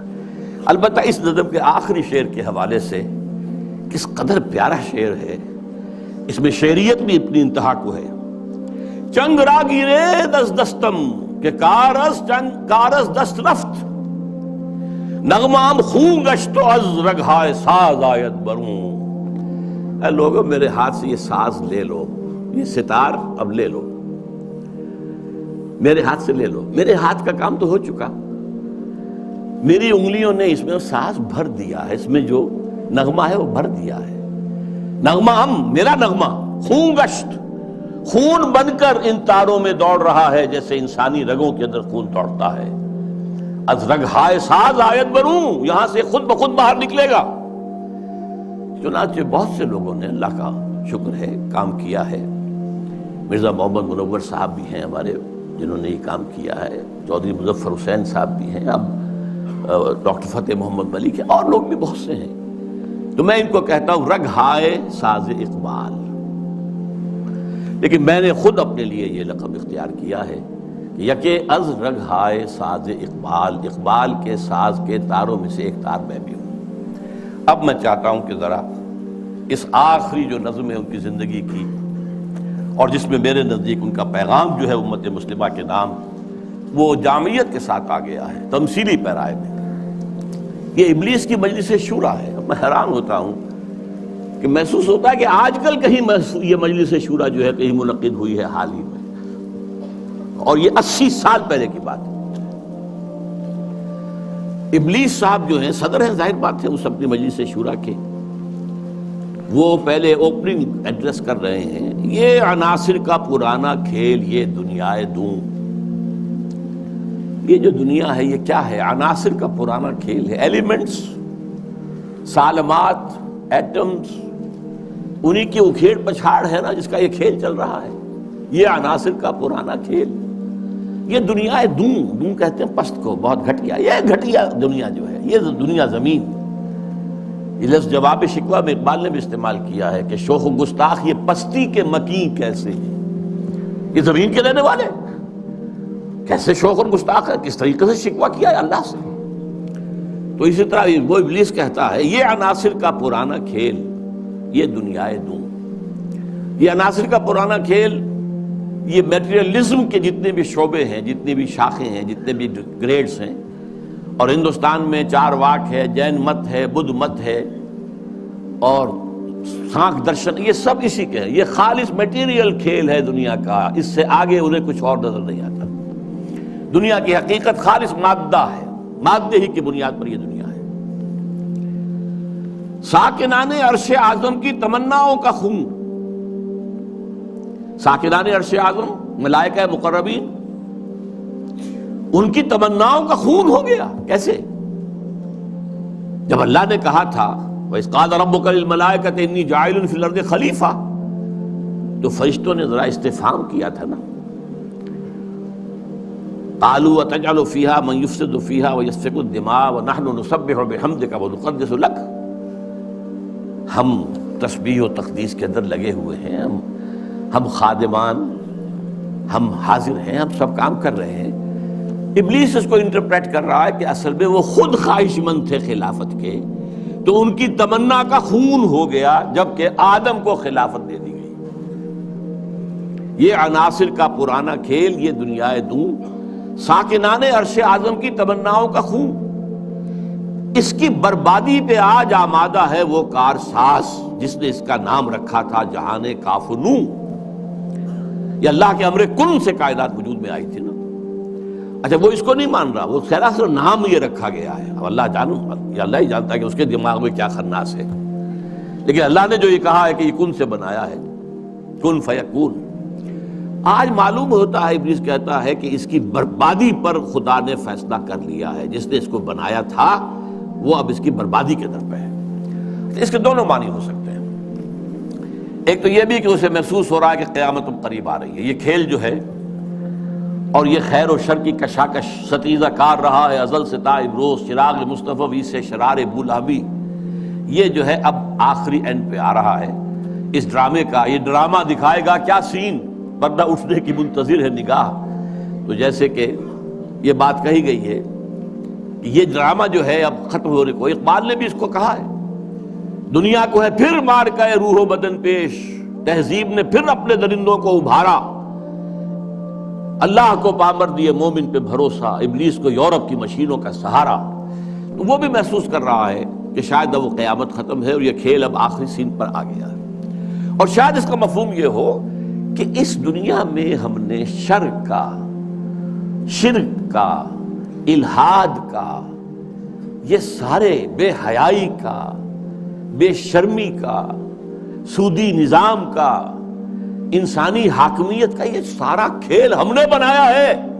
معلوم ہوتا ہے کہ یہ اب ختم ہونے پہ ہے، معلوم ہوتا ہے کہ یہ اب وہ جو کارساز ہے وہ اب اس کو آخری جو ہے اس مقابلے کے اندر ملیا بیٹ کر دینے کے در پہ ہے۔ اس کی بربادی پہ آج آمادہ ہے وہ کارساز جس نے اس کا نام رکھا تھا جہان کافنوں، اور اس کے بعد اب لافزنی کر رہا ہے، میں نے یہ کیا، میں نے یہ کیا، میں نے یہ کیا، میں نے یہ کیا۔ کون ہے جو میرے اس سارے معاملے کو ختم کر سکے؟ میں نے دکھلایا فرنگی کو ملوکیت کا خواب۔ فرنگی ویسٹرن امپیریلزم، ملوکیت کا خواب، دنیا فتح کرو، کولونائز کرو، یہ پہلا خواب تھا۔ لیکن اس کے بعد انہوں نے اس سے بہتر خواب دیکھ لیا ہے کہ خامخواہ جا کر آکوپائی کرنے سے کیا فائدہ ہے۔ سودی نظام میں اور بینکنگ کے نظام میں اور انٹرنیشنل کمپنیوں کے نظام میں اور گلوبلائزیشن کے ذریعے اور ٹرپ کے ذریعے سے خون چوستے رہو، وہ رہے اپنی اپنی جگہ پر، ہم وہاں جا کر ان پر حملہ کریں گے، انہیں فتح کریں گے تو رد عمل بھی تو پیدا ہوگا نا، خون ریزی بھی تو ہوگی، وہ کوشش بھی کرتے رہیں گے کہ وہ آزادی حاصل کریں، ہمیں ماریں گے۔ تو اب یہ جو نیا امپیریلزم ہے، مالیاتی امپیریلزم، یہ اب ہے۔ یہ سارا خواب فرنگی کو میں نے دکھایا ہے، میں نے دکھلایا فرنگی کو ملوکیت کا خواب، میں نے توڑا مسجد و دیر و کلیسا کا فسوں۔ یہ مسجد اور دیر اور کلیسا اور مندر اور یہ اور وہ، اس کا سارا اثر میں نے ختم کر دیا۔ کیا کیا؟ سیکولرزم کی پٹی بڑھا دی۔ بھئی یہ علیحدہ انسان کا انفرادی معاملہ ہے، کوئی مسجد میں جائے، مندر میں جائے، کہیں اور جائے، وہاں جائے، یہاں جائے، کلیسا میں جائے، سینیگوگ میں جائے، کہاں جائے، کوئی نہیں، جاؤ۔ لیکن ملکی نظام، ملکی قانون، حکومت، ریاست، معیشت، معاشرت، اس کا کوئی تعلق کسی مذہب سے نہیں۔ وہ جو بھی اثرات تھے، جو بھی ہولڈ تھا مذاہب کا، آخر خدا کو تو مانتے تھے نا۔ اس دور حاضر سے قبل جو ہے انسان کی گمراہی صرف ایک تھی، شرک۔ وہ کیا ہے؟ ایک بڑے خدا کے ساتھ چھوٹے چھوٹے خداؤں کو بھی ماننا۔ بڑے خدا کا انکار نہیں تھا۔ اب کیا کیا گیا ہے؟ اس بڑے خدا کو اٹھا کے مسجد میں بند کر دو، مندر میں بند کر دو، سینیگوگ میں بند کر دو، چرچ میں بند کر دو، اور جہاں پورا ہمارا نظام یہ ہم چلائیں گے۔ We are the sovereigns. Sovereignty belongs to us. ہم جو چاہے کریں۔ لہذا میں نے دکھلایا فرنگی کو ملوکیت کا خواب، امپیریلزم، اور میں نے توڑا مسجد و دیر و کلیسا کا فسوں، سیکولرزم۔ میں نے ناداروں کو سکھلایا سبق تقدیر کا۔ ناداروں کو، غریبوں کو میں نے کہا بھئی ٹھیک ہے، یہ تمہاری قسمت ہے، تم کسان ہو، ہاری ہو، تمہاری قسمت یہی ہے، اس کی طرف سے ہے، رب کی طرف سے ہے۔ کوئی بغاوت کا خیال پیدا نہ ہو جائے، کہیں کو کھڑے ہو کر کوئی ریزسٹنس کی موومنٹ شروع نہ کر دینا۔ تقدیر ہے، تن بے تقدیر، تقدیر کے حوالے۔ میں نے ناداروں کو سکھلایا سبق تقدیر کا، میں نے منعم کو دیا سرمایہ داری کا جنوں۔ یہ لفظ منعم جو ہے عربی کا، یہ منعم بھی ہو سکتا ہے، منعم بھی ہو سکتا ہے۔ منعم اس میں فاعل ہے، منعم اس میں مفعول ہے۔ منعم نعمتیں دینے والا، منعم جس کو نعمتیں دی گئیں۔ یعنی یہ بھی ہو سکتا ہے کہ پہلے جن کے پاس دولت ہوتی تھی وہ اس کو خیرات کرتے تھے، صدقات کرتے تھے، خیر کے کاموں میں لگاتے تھے، پن کے ثواب کے کاموں میں لگاتے تھے۔ میں نے اس کے بجائے کہا بیگم پاگل ہو گئے ہو، جمع کرو سرمایہ داری۔ میں نے منعم کو دیا سرمایہ داری کا جنوں، اور جس کے پاس فاضل سرمایہ دولت اللہ نے دی تھی، اس کا جو طریقہ تھا کہ یسألونک ماذا ينفقون قل العفو، میں نے کہا نہیں، جو بھی ہے جمع کرو۔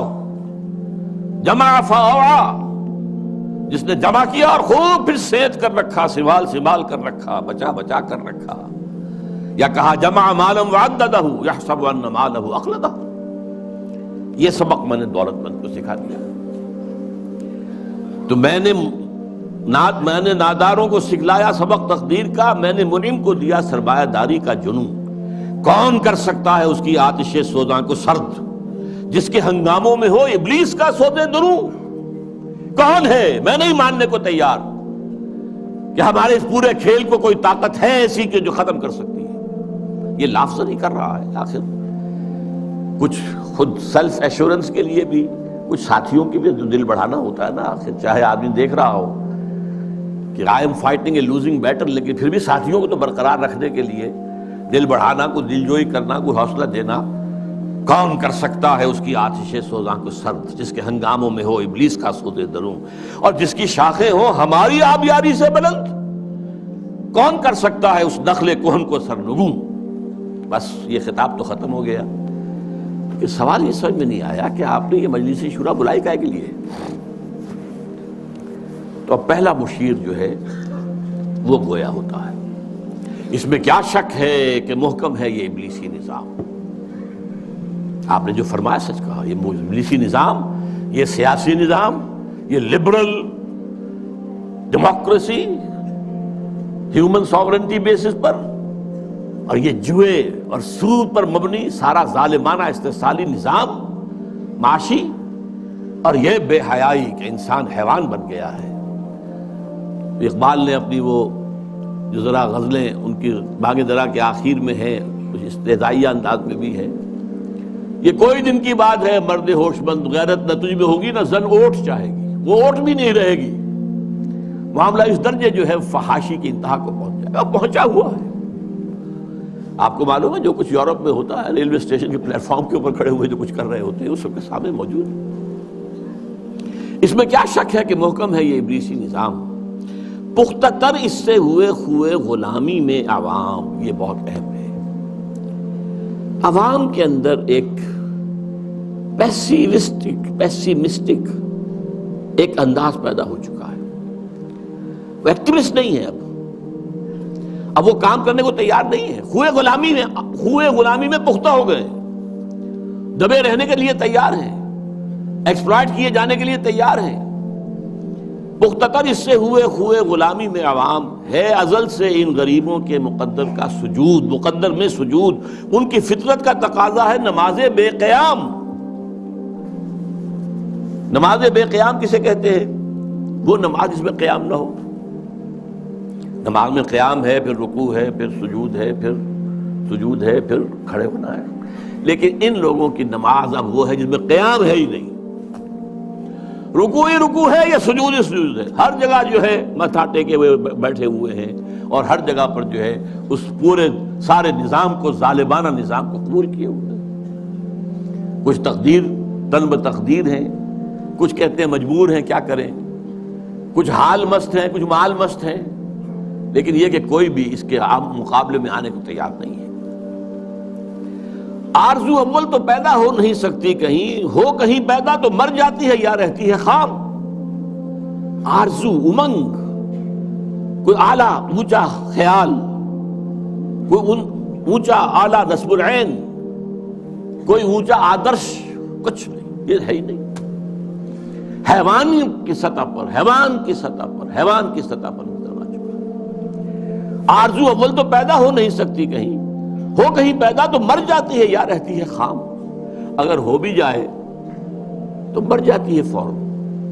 یعنی یوں سمجھیے کہ اول تو زمین بنجر ہے، یہاں سے کسی چیز کی رویدگی کا امکان ہی نہیں. اگر کوئی چیز اگ بھی آئے تو اس فضا کے اندر آکسیجن ہی نہیں ہے، پروان کیسے چڑھے گی؟ ہوا اسے آکسیجن دینے کو تیار ہی نہیں، لہذا وہ مر جاتی ہے. ہو کہیں پیدا تو مر جاتی ہے یا رہتی ہے خام. یہ ہماری صحیح فہم کی کرامت ہے کہ آج صوفی و ملا ملوکیت کے بندے ہیں تمام. یہ بڑی تلخ بات ہے جو اقبال نے کہی ہے، لیکن بہت بڑی تلخ لیکن حقیقت پر مبنی بات ہے. صوفی و ملا ملوکیت کے بندے ہیں تمام. خلافت راشدہ کے بعد جو نظام ہمارا چلا ہے اس میں صوفی و ملا، علماء اور صوفیاء، ان کا نظام کیا تھا؟ ملوکیت کو سپورٹ، ایک نیگیٹو سپورٹ ہے، خانقاہوں میں بیٹھو، اللہ اللہ کیے جاؤ، ضربیں لگائے جاؤ، یہ کیے جاؤ، اپنا تزکیہ کیے جاؤ، مانجھے جاؤ، اپنے آپ کو رگڑے جاؤ رگڑے جاؤ رگڑے جاؤ رگڑے جاؤ، اسی میں زندگی بتا دو، چھوڑ کر اوروں کی خاطر یہ جہان بے ثبات۔ اب باہر کیا ہو رہا ہے کیا نہیں ہو رہا ہے اسے کوئی غرض نہیں، شیطان ننگا ناچ رہا ہے، ناچے، ہمیں سے کیا غرض ہے؟ ہمارے پاس تو آئے ہیں، اتنے طالب ہیں، اتنے وہ سالک ہیں، وہ فلاں سالک آج اس مقام پر پہنچ گیا ہے، آج یہ مقامات، یہ سالک مقامات میں کھو گیا اور یہ امت خرافات میں کھو گئی، یہ سارا معاملہ جو ہے۔ اور ملا کا معاملہ کیا ہے؟ دو طرف سے۔ ملا نے سب سے پہلے، ہمارے فقہا نے متغلب کی حکومت کو جائز قرار دیا، یعنی اگر کوئی شخص اپنی قوت کے بل پر آ کر حکومت پر قبضہ کر لے تو جائز ہے، اور حکمران کے خلاف کوئی بغاوت نہیں کر سکتے جب تک کہ وہ تمہیں کفر کا حکم نہ دے۔ کفر کا کائے کو حکم دے گا؟ وہ اپنے عیش بنائے گا، اپنے محل بنائے گا، اپنی رنگ رلیاں کرے گا، اپنے آپ کو کفر کا حکم دینے کی ضرورت کیا ہے؟ یہ تصور ہے جو سنی اسلام کے اندر اس کی رگوں میں چلا گیا اور اس نے سن کر دیا اسلام۔ استثناء اگر ہے تو شیعہ اسلام ہے، وہ تسلیم نہیں کرتے، چاہے کھڑے نہ ہو، مقابلہ نہ کریں، تسلیم نہیں کرتے، ذہناً ریکنسائل نہیں کرتے، نفرت کرتے۔ یہی ان کی پوری تاریخ کے اندر ہے۔ لیکن ہمارے ہاں کیا ہے؟ شیخ الاسلام بن کر بیٹھے ہوئے ہیں۔ استاد نے، امام ابو حنیفہ نے تعاون گوارا نہیں کیا اس ملوکیت کے ساتھ، عہدے کی پیشکش کی گئی، قاضی القضات ہو جاؤ گے تم، تمہارا فتویٰ جو ہوگا وہی قانون بن جائے گا۔ ان کا نہیں، ہرگز نہیں، جیل کاٹی، مارے کھائیں۔ شاگرد نے قاضی ابو یوسف عہدہ قبول کر کے تعاون شروع کر دیا۔ استاد نے کہا تھا مزارعت حرام، جس کی زمین ہے خود کاشت کرے۔ شاگرد صاحب نے کچھ تھوڑی سی شرطیں لگا کے مزارعت جائز۔ کیوں؟ ملوکیت کے پاؤں ہوتے ہیں جاگیردار، وہ جیسے کنسلا ایک ہم کہتے ہیں، ایک جانور ہوتا ہے جس کے بہت پاؤں ہوتے ہیں، سینٹی پیڈ اور اس طرح پاؤں، ایسے ہی جاگیرداری کے پاؤں ہوتے ہیں۔ یہ 30 ہزاری منصبدار ہے، یہ 20 ہزاری منصبدار ہے، یہ 10 ہزاری ہے، یہ 5 ہزاری ہے۔ ان پاؤں پر ملوکیت کھڑی ہوتی ہے۔ یورپ میں کیا تھا؟ یہی فیوڈلز، بیرنز، لارڈز، ان کے اوپر بادشاہ۔ لہذا اور آپ نے دے دی بڑی جاگیر، لیکن ایک آدمی کیسے کاشت کرے گا؟ اسے مزارع چاہیے۔ ابو حنیفہ کہہ رہا ہے حرام ہے، کیسے بات بنے گی؟ لیکن نہیں، جواز ہے، یہ شرطیں لگا لو، جواز ہے۔ نمبر 3، اس سے بھی زیادہ تلخ، سود کی بھی ایک گنجائش اسلام میں پیدا کر دی۔ یہ ہماری فقہ، آپ جان لیجئے، فقہ کی بات کر رہا ہوں، کتاب و سنت ہے ہمارا دین اصل۔ ایتونی بشیء من کتاب اللہ و سنت رسولہ حتی اقول، یہ فقہ دین نہیں ہے۔ اور نمبر 2، علماء نے علم کلام کی جو بھی بات کی ہے، جو ان چیزوں کو جو بعض طبیعیاتی مسائل ہیں ان کو بحث کا، نزاع کا جو موضوع بنایا ہے، یہ دونوں چیزیں بھی، وہ سے بھی عمل کا جذبہ سرد ہو جاتا ہے۔ تو یہ پیسیفیکیشن جو ہے، پیسیفائی کر دینا عوام کو، طلب تقدیر ہو جانا، کوئی متغلب ہے تو کوئی بھی ہے بھائی، طاقت والا ہے، آ گیا ہے، اب تو ماننا ہے، اب تو وہی امیر المومنین ہے، اب تو اسی کا حکم ماننا ہے، الا یہ کہ وہ کفر کا حکم دے، بس۔ اور یہ کہ جاگیرداری جو ہے وہ جائز ہے، حالانکہ آپ کے علم میں رہنا چاہیے، پہلا مجدد اور مجدد کامل عمر بن عبدالعزیز، انہوں نے صرف 2 کام ہی تو کیے تھے نا، کیا تجدید کی تھی؟ ابھی نہ فرقہ بدت پرستی تھی، نہ فرقہ بندی تھی، نہ علم کلام تھا، نہ اشاعرہ تھے، نہ اور لوگ تھے، کوئی بحث تھی ہی نہیں۔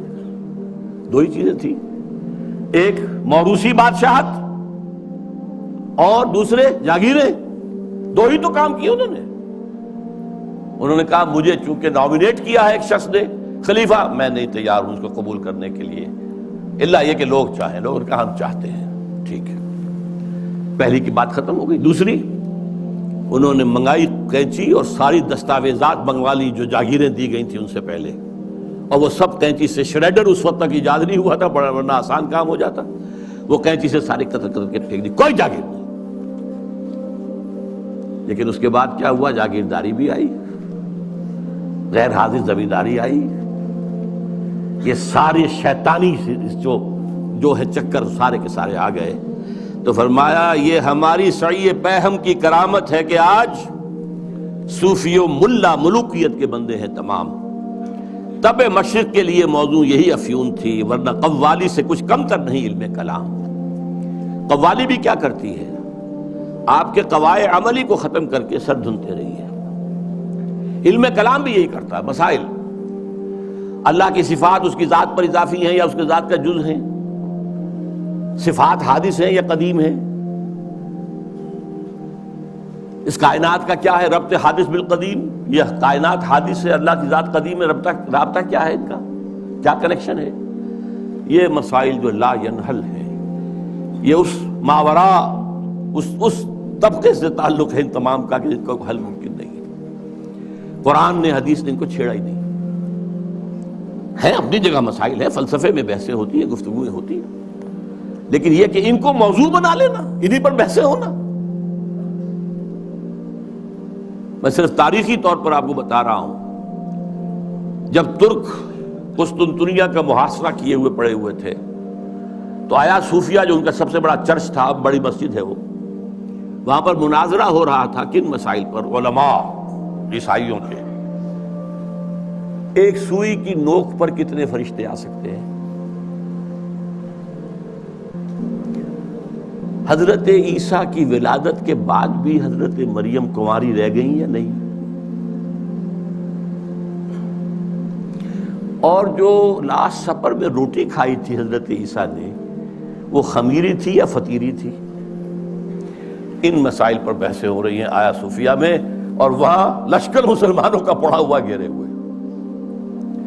یہی حال ہمارا ہے ہندوستان میں، انگریز آ چکا ہے، بنگال سے آگے بڑھ رہا ہے، ہماری حکومتیں جو چھوٹے چھوٹے یہ ہیں سلطان ملتان بیٹھے ہوئے ہیں، نواب ختم ہو رہے ہیں، اور ہمارے علماء میں سے جو ٹاپ کے علماء دو، جن کا میں اس وقت نام نہیں لینا چاہتا کہیں خامخواہ ایک سوء ظن اشخاص سے نہ ہو جائے، کن مسائل پر گفتگو کر رہے ہیں؟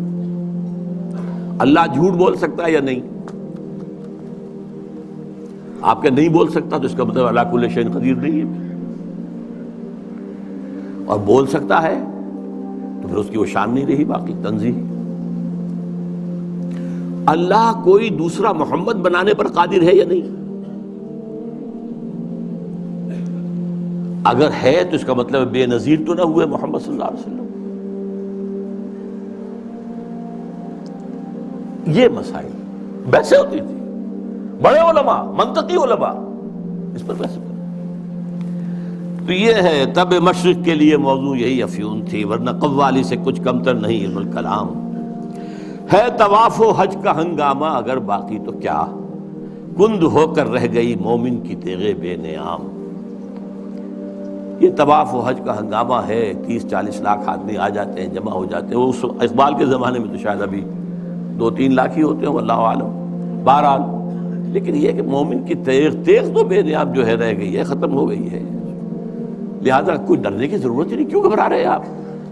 کس کی نومیدی پہ حجت ہے یہ فرمان جدید؟ ہے جہاد اس دور میں مرد مسلمان پر حرام۔ یہ جو آپ نے مجلس بلائی ہے اور آپ نے اتنا عمدہ انوگرل ایڈریس بھی ادا کیا ہے ہمیں، یہ کس کی طرف سے کوئی نا امیدی کسی بات آپ پر آ گئی ہے؟ ناامیدی یا سنگیزی کوئی ہے آپ کے اندر پیدا ہو رہی ہے؟ وہ کون سا سبب ہے؟ کس کی ناامیدی پہ حجت ہے یہ فرمان جدید؟ ہے جہاد اس دور میں مرد مسلمان پر حرام۔ دوسرا بشیر بولتا ہے، خیر ہے سلطانی جمہور کا غوغا کے شر، تو جہاں کے تازہ فتنوں سے نہیں ہے باخبر۔ یہ پہلے پہلے مشیر کو مخاطب کر کے کہہ رہا ہے تم واقف نہیں ہو دنیا میں جو نئے نئے فتنے اٹھ گئے ہیں، ابلیسیت کو چیلنج کرنے کے لیے بڑی چیزیں آ گئی ہیں۔ اب یہ سلطانی جمہور کا زمانہ آ رہا ہے، ہم نے تو ملوکیت بنائی تھی، بادشاہت بنائی تھی، امپیریلزم بنائی تھی، یہ کیا ہوا ہے؟ یہ بادشاہت ختم ہو رہی ہے، یہ فرینچ ریولوشن آ چکا ہے، یہ کیا ہو رہا ہے؟ سلطانی جمہور خیر ہے، سلطانی جمہور کا غوغا کی شر، تو جہاں کے سارا فتنوں سے نہیں ہے باخبر۔ اس کے جواب میں پہلا مشیر جو کچھ کہہ رہا ہے، میں سمجھتا ہوں یہ ماسٹر پیس ہے اس نظم کا حصہ۔ میں ہوں باخبر، میں جانتا ہوں، مجھے بے خبر نہ سمجھو، مگر میری جہاں بینی بتاتی ہے مجھے، میں جو پوری دنیا کو میں نے دیکھا بھالا ہے، سمجھا ہے، سمجھایا ہے، وہ مجھے بتاتی ہے جو ملوکیت کا ایک پردہ ہو کیا اس سے خطر؟ یہ تو ملوکیت کا ایک پردہ ہے، یہ جمہور کی حاکمیت وہی گند ہے، وہی شرک ہے، وہی کفر ہے، وہی خباثت ہے، وہی غلاظت ہے جو ایک فرد کی حاکمیت ہے۔ کیا فرق پڑا؟ Why do you fear؟ ہمیں کون چیلنج کر رہا ہے اس میں؟ کسی نے خدا کی بات کی ہے؟ مگر میری جہاں بینی بتاتی ہے مجھے جو ملوکیت کا ایک پردہ ہو کیا اس سے خطر؟ ہم نے خود شاہی کو پہنایا ہے جمہوری لباس، جب ذرا آدم ہوا ہے خود شناس و خود نگر۔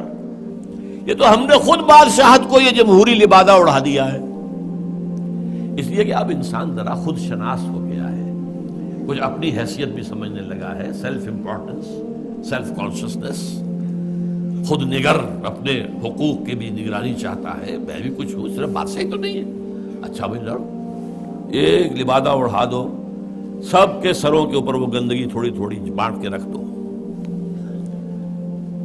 اور یہ ذہن میں رکھ لیجئے علامہ اقبال کا یہ ویژن بہت گہرا ہے اور بہت عمدہ ہے۔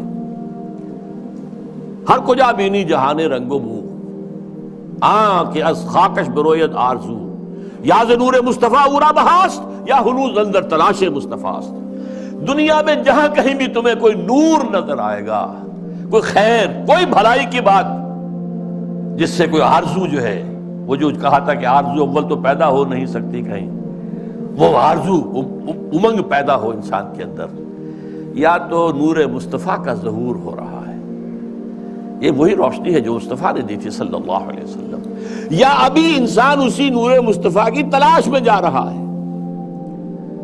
یہ جو ڈائلیکٹیکل پروسیس چل رہا ہے دنیا میں، یہ کشاں کشاں جا رہا ہے اسی نظام کی طرف جو محمد نے دیا تھا صلی اللہ علیہ وسلم۔ یہ بات تو بعد میں بھی آئے گی ذرا، اس وقت یہ ہے کہ یہ خود شناسی اور خود نگری یہ محمد کی ادا کرتا ہے صلی اللہ علیہ وسلم۔ یہ خلیفہ راشد نمبر 2 ہیں حضرت عمر فاروق، جن کا تاریخی جملہ ہے، ایک صوبے کے گورنر نے، غالباً ایران کے گورنر نے، حضرت سعد بن ابی وقاص تھے غالباً، انہوں نے اپنے مکان کے باہر ڈیوڑی بنا دی اور ایک پہرے دار کھڑا کر دیا۔ اب یہ تو نہیں کہ ہر وقت کوئی آئے اور ملنے کے لیے تیار ہو، آخر گورنر ہے، اس کا بھی کوئی پرائیویسی ہوتی ہے، ٹائم ہے۔ پرچہ نویس ہوتے تھے، انہوں نے خبر بھیج دی حضرت عمر کو کہ سعد نے یہ کام کیا ہے۔ آپ نے خط دے کر بیلچی کو بھیجا اور کہا پہلے جا کر اس ڈیوڑی کو آگ لگا دینا اور پھر میرا یہ خط دینا۔ اور خط میں کیا لکھ؟ انسانوں کو ان کی ماں نے آزاد جنا تھا، تم کون ہوتے انہیں اپنا غلام بنانے کے لیے؟ Who are you؟ تم نے انہیں اپنا غلام بنا لیا۔ یہ حریت جس کا لوہا مانا ہے ایچ جی ویلز نے، انہیں کوٹ کیا ہے، لا فضل لعربی علی عجمی ولا لعجمی علی عربی ولا لاسود علی احمر ولا لاحمر علی اسود الا بالتقوی۔ کسی عرب کو کسی اجمی پر فضیلت نہیں، کسی اجمی کو کسی عرب پر فضیلت نہیں، کسی گورے کو کسی کالے پر نہیں، کسی کالے کو کسی گورے پر نہیں، سوائے تقوی کے۔ یہ کوٹ کر کے کہتا ہے، although the sermons of human fraternity, freedom and equality were said before also, and we find a lot of such sermons in Jesus of Nazareth, but it must be admitted that it was Muhammad sallallahu alaihi wasallam who for the first time in history established a society based on these principles. یہ ہے حریت. تو کہتے ہیں ہم نے خود شاہی کو پہنایا ہے جمہوری لباس. جب ذرا آدم ہوا ہے خود شناس و خود نگر. یہ خود شناسی اور خود نگری محمد کی عطا کرتا ہے صلی اللہ علیہ وسلم. کاروبار شہریاری کی حقیقت اور ہے. یہ وجود میر و سلطان پر نہیں ہے منحصر. یہ بادشاہ ہو ایک بیٹھا ہوا اور اس کی کوئی جو ہے میر ہوں سلطان ہوں نہیں. کاروبار شہریاری جو ہے حکومت اور ملوکیت کی اس اصل حقیقت کچھ اور ہے. وہ کیا ہے اگلے شعر میں بیان ہو رہی ہے. مجلس ملت ہو یا پرویز کا دربار ہو. مجلس ملت کانگریس نیشنل کانگریس، پرویز کا دربار شہنشاہ کا دربار. وہ جمہوریت اور یہ ملوکیت. مجلس ملت ہو یا پرویز کا دربار ہو، ہے وہ سلطان غیر کی کھیتی پہ ہو جس کی نظر. بادشاہ تو وہ ہوتا ہے جو غیر کی کھیتیوں کے اوپر ڈال کر وہاں سے کھینچ لینا چاہتا ہو، وہاں ان کو لوٹنا چاہتا ہے. وہ بادشاہ وہ بادشاہ جو ہے کبھی فرعون تھا اور کبھی نمرود تھا اور کبھی اور تھے نمارزہ تھے اور تھے. لیکن یہ کہ اب یہ ہے کہ وہ امپیریلزم کی شکل میں آیا ہے. پورا ایشیا کالونائز ہوا تھا اور اب تو پوری دنیا کو وہ اپنے World Bank, IMF، globalisation, TRIPS ان کے شکنجے میں کس لینا چاہتا ہے. تو نے کیا دیکھا نہیں مغرب کا جمہوری نظام، چہرہ روشن اندروں چنگیز سے تاریک تر. یہ مغرب کا جمہوری نظام کیا ہے؟ بڑا روشن ہے بہت. ہم بھی بڑے متاثر ہوتے ہیں. دیکھیں کتنا بڑا ملک ہے، صدارت کا انتخاب ہوا ہے، کس سموتھلی وہ پچھلا ہٹ گیا دوسرا آ گیا. کوئی خون ریزی نہیں، کوئی دنگا نہیں، کوئی فساد نہیں، کچھ نہیں. ہماری طرح تو نہیں ہوتا، بلکہ شکست کھانے والا فوراً جا کے مبارکباد دے دیتا ہے بجائے اس کے کہ دھاندلی ہوئی ہے دھاندلی ہوئی ہے دھاندلی ہوئی ہے. وہ جو ہمارے ہاں ہوتا ہے تو اب اس سے ہم متاثر تو ہوتے ہیں. لیکن سوال تو یہ ہے کہ یہ سارا نظام کیا ہے؟ یہ دنیا کو نچوڑنے کا جو نظام بنایا جا رہا ہے، اس گلوبلائزیشن کے اندر جو خباثتیں ہیں وہ ہم نہیں جانتے، اہل یورپ جانتے ہیں، اہل امریکہ جانتے ہیں. سیاٹل میں ہنگامے وہاں ہوئے تھے، گلوبلائزیشن کی کانفرنسز جو ہوئی ہیں. ڈیووس میں ہنگامہ یورپ میں ہوا ہے، پھر واشنگٹن میں ہوا ہے. ہمیں تو پتہ بھی نہیں کیا ہو رہا. ہماری قسمتوں کے سودے ہوتے ہیں. ہماری حکومتیں جو بھی ہیں وہ جو دستخط کر کے آ جاتی ہیں. اللہ خیر صلی اللہ. ایک اور جگہ اس جمہوریت کے بارے میں اقبال جو کہتا ہے وہی ساز کہن مغرب کا جمہوری نظام جس کے پردوں میں نہیں غیرز نوائے قیصری. دیو استبداد جمہوری قبا میں پائے کوب. پائے کوب پاؤں مارنا، جیسے کہ کوئی ڈانسر جو ہے وہ اپنے پاؤں زمین کے اوپر مارتی ہے یا مارتا ہے. دیو استبداد جمہوری قبا میں پائے کوب. تو سمجھتا ہے یہ آزادی کی ہے نیلم پری؟ کیا بتاؤں کیا ہے. اچھا لیکن اب تیسرا مشیر بولتا ہے روح سلطانی رہے باقی تو پھر کیا اضطراب. اگر یہ ملوکیت رہے باقی کسی نہ کسی شکل میں، روح سلطانی باقی رہے تو پھر ہمیں کوئی حرج نہیں. امپیریلزم موجود رہے تو ہمیں کوئی اعتراض نہیں. ہیومن ساورنٹی موجود رہے تو ہمیں کوئی اعتراض نہیں.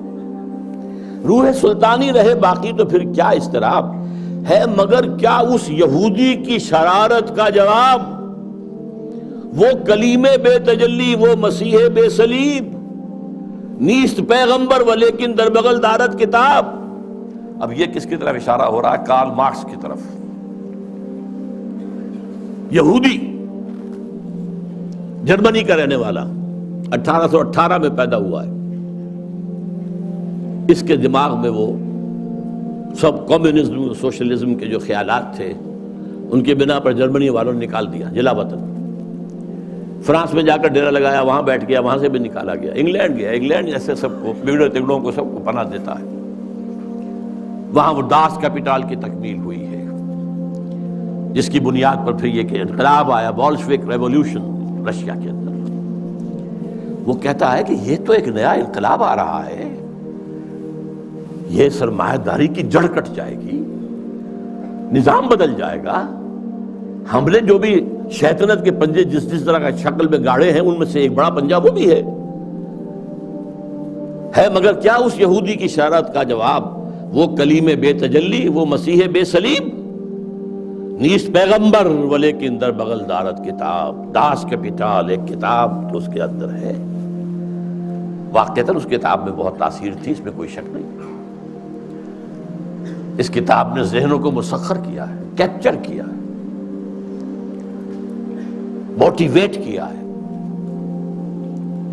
نیست پیغمبر ولیکن در بغل دارت کتاب، کیا بتاؤں کیا ہے کافر کی نگاہ پردہ سوز، مشرق و مغرب کی قوموں کے لیے روز حساب، اس سے بڑھ کر اور کیا ہوگا طبیعت کا فساد، توڑ دی بندوں نے آقاؤں کے خیموں کی تناب۔ یہ تو دنیا زیر و زبر ہو رہی ہے، یہ آقا اور یہ جو بندے تھے جن کو تقدیر کا سبق ہم نے سکھا رکھا تھا، جن کو وہ بھی جو اپنے حالات کے اندر جو تھے وہ مست تھے، یہ اٹھ کھڑے ہوئے ہیں، فساد برپا کر دیا ہے، آقاؤں کے خیموں کی تنابیں توڑ رہے ہیں، تو اس کا کیا جواب ہے؟ یہ تو ایک بہت بڑا فتنہ ہے جو ہمارے لیے، ابلیسیت کے لیے۔ اب ایک چوتھے بشیر صاحب آتے ہیں درمیان میں، توڑ اس کا رومت الکبریٰ کے ایوانوں میں دیکھ، آل سیزر کو دکھایا ہم نے پھر سیزر کا خواب۔ رومت الکبریٰ، Rome, the great Rome, the great Roman empire, اور خاص طور پہ سیزر کا زمانہ۔ سیزر کے زمانے میں حضرت مسیح پیدا ہوئے اور اسی کا اپوائنٹڈ گورنر پائلیٹس پونٹس جو ہے اس کے ہاتھوں ان کے خیال کے مطابق ان کو سولی دی گئی ہے۔ تو سیزر کا جو ایک خواب تھا، اس نے جو ایک بڑی سلطنت، بڑی مملکت ایشیا، افریقہ اور یورپ کو اپنے ایک پنجے کے اندر لانے کا خواب دیکھا تھا، وہ ختم ہو گیا تھا۔ پھر مسلمان آ گئے، گریٹ آٹومان امپائر قائم ہو گئی، تقریباً انہی تمام علاقوں پر جن پر یہ رومن امپائر تھی تقریباً۔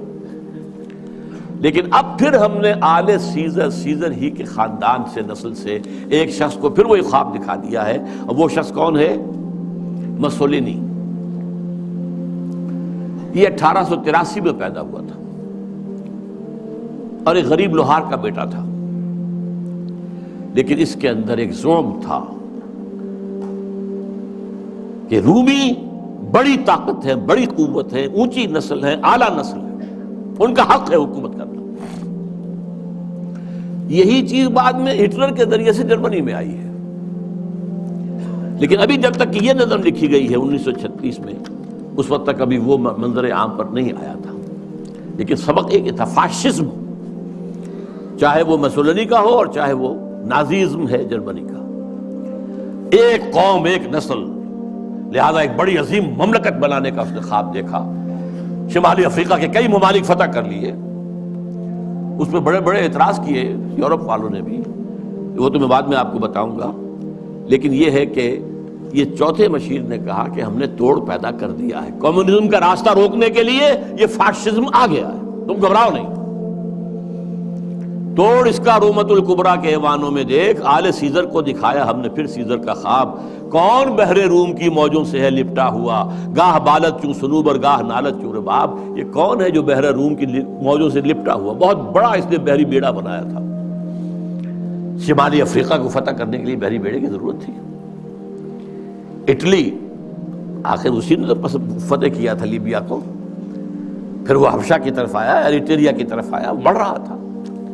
اس پر جب اعتراض ہو رہا تھا، اگرچہ اس کو تو قتل کر دیا اسی کے جو لوگ تھے اس کی پارٹی کے 1945 میں، لیکن بہرحال وہ ایک فلسفہ دے گیا تھا۔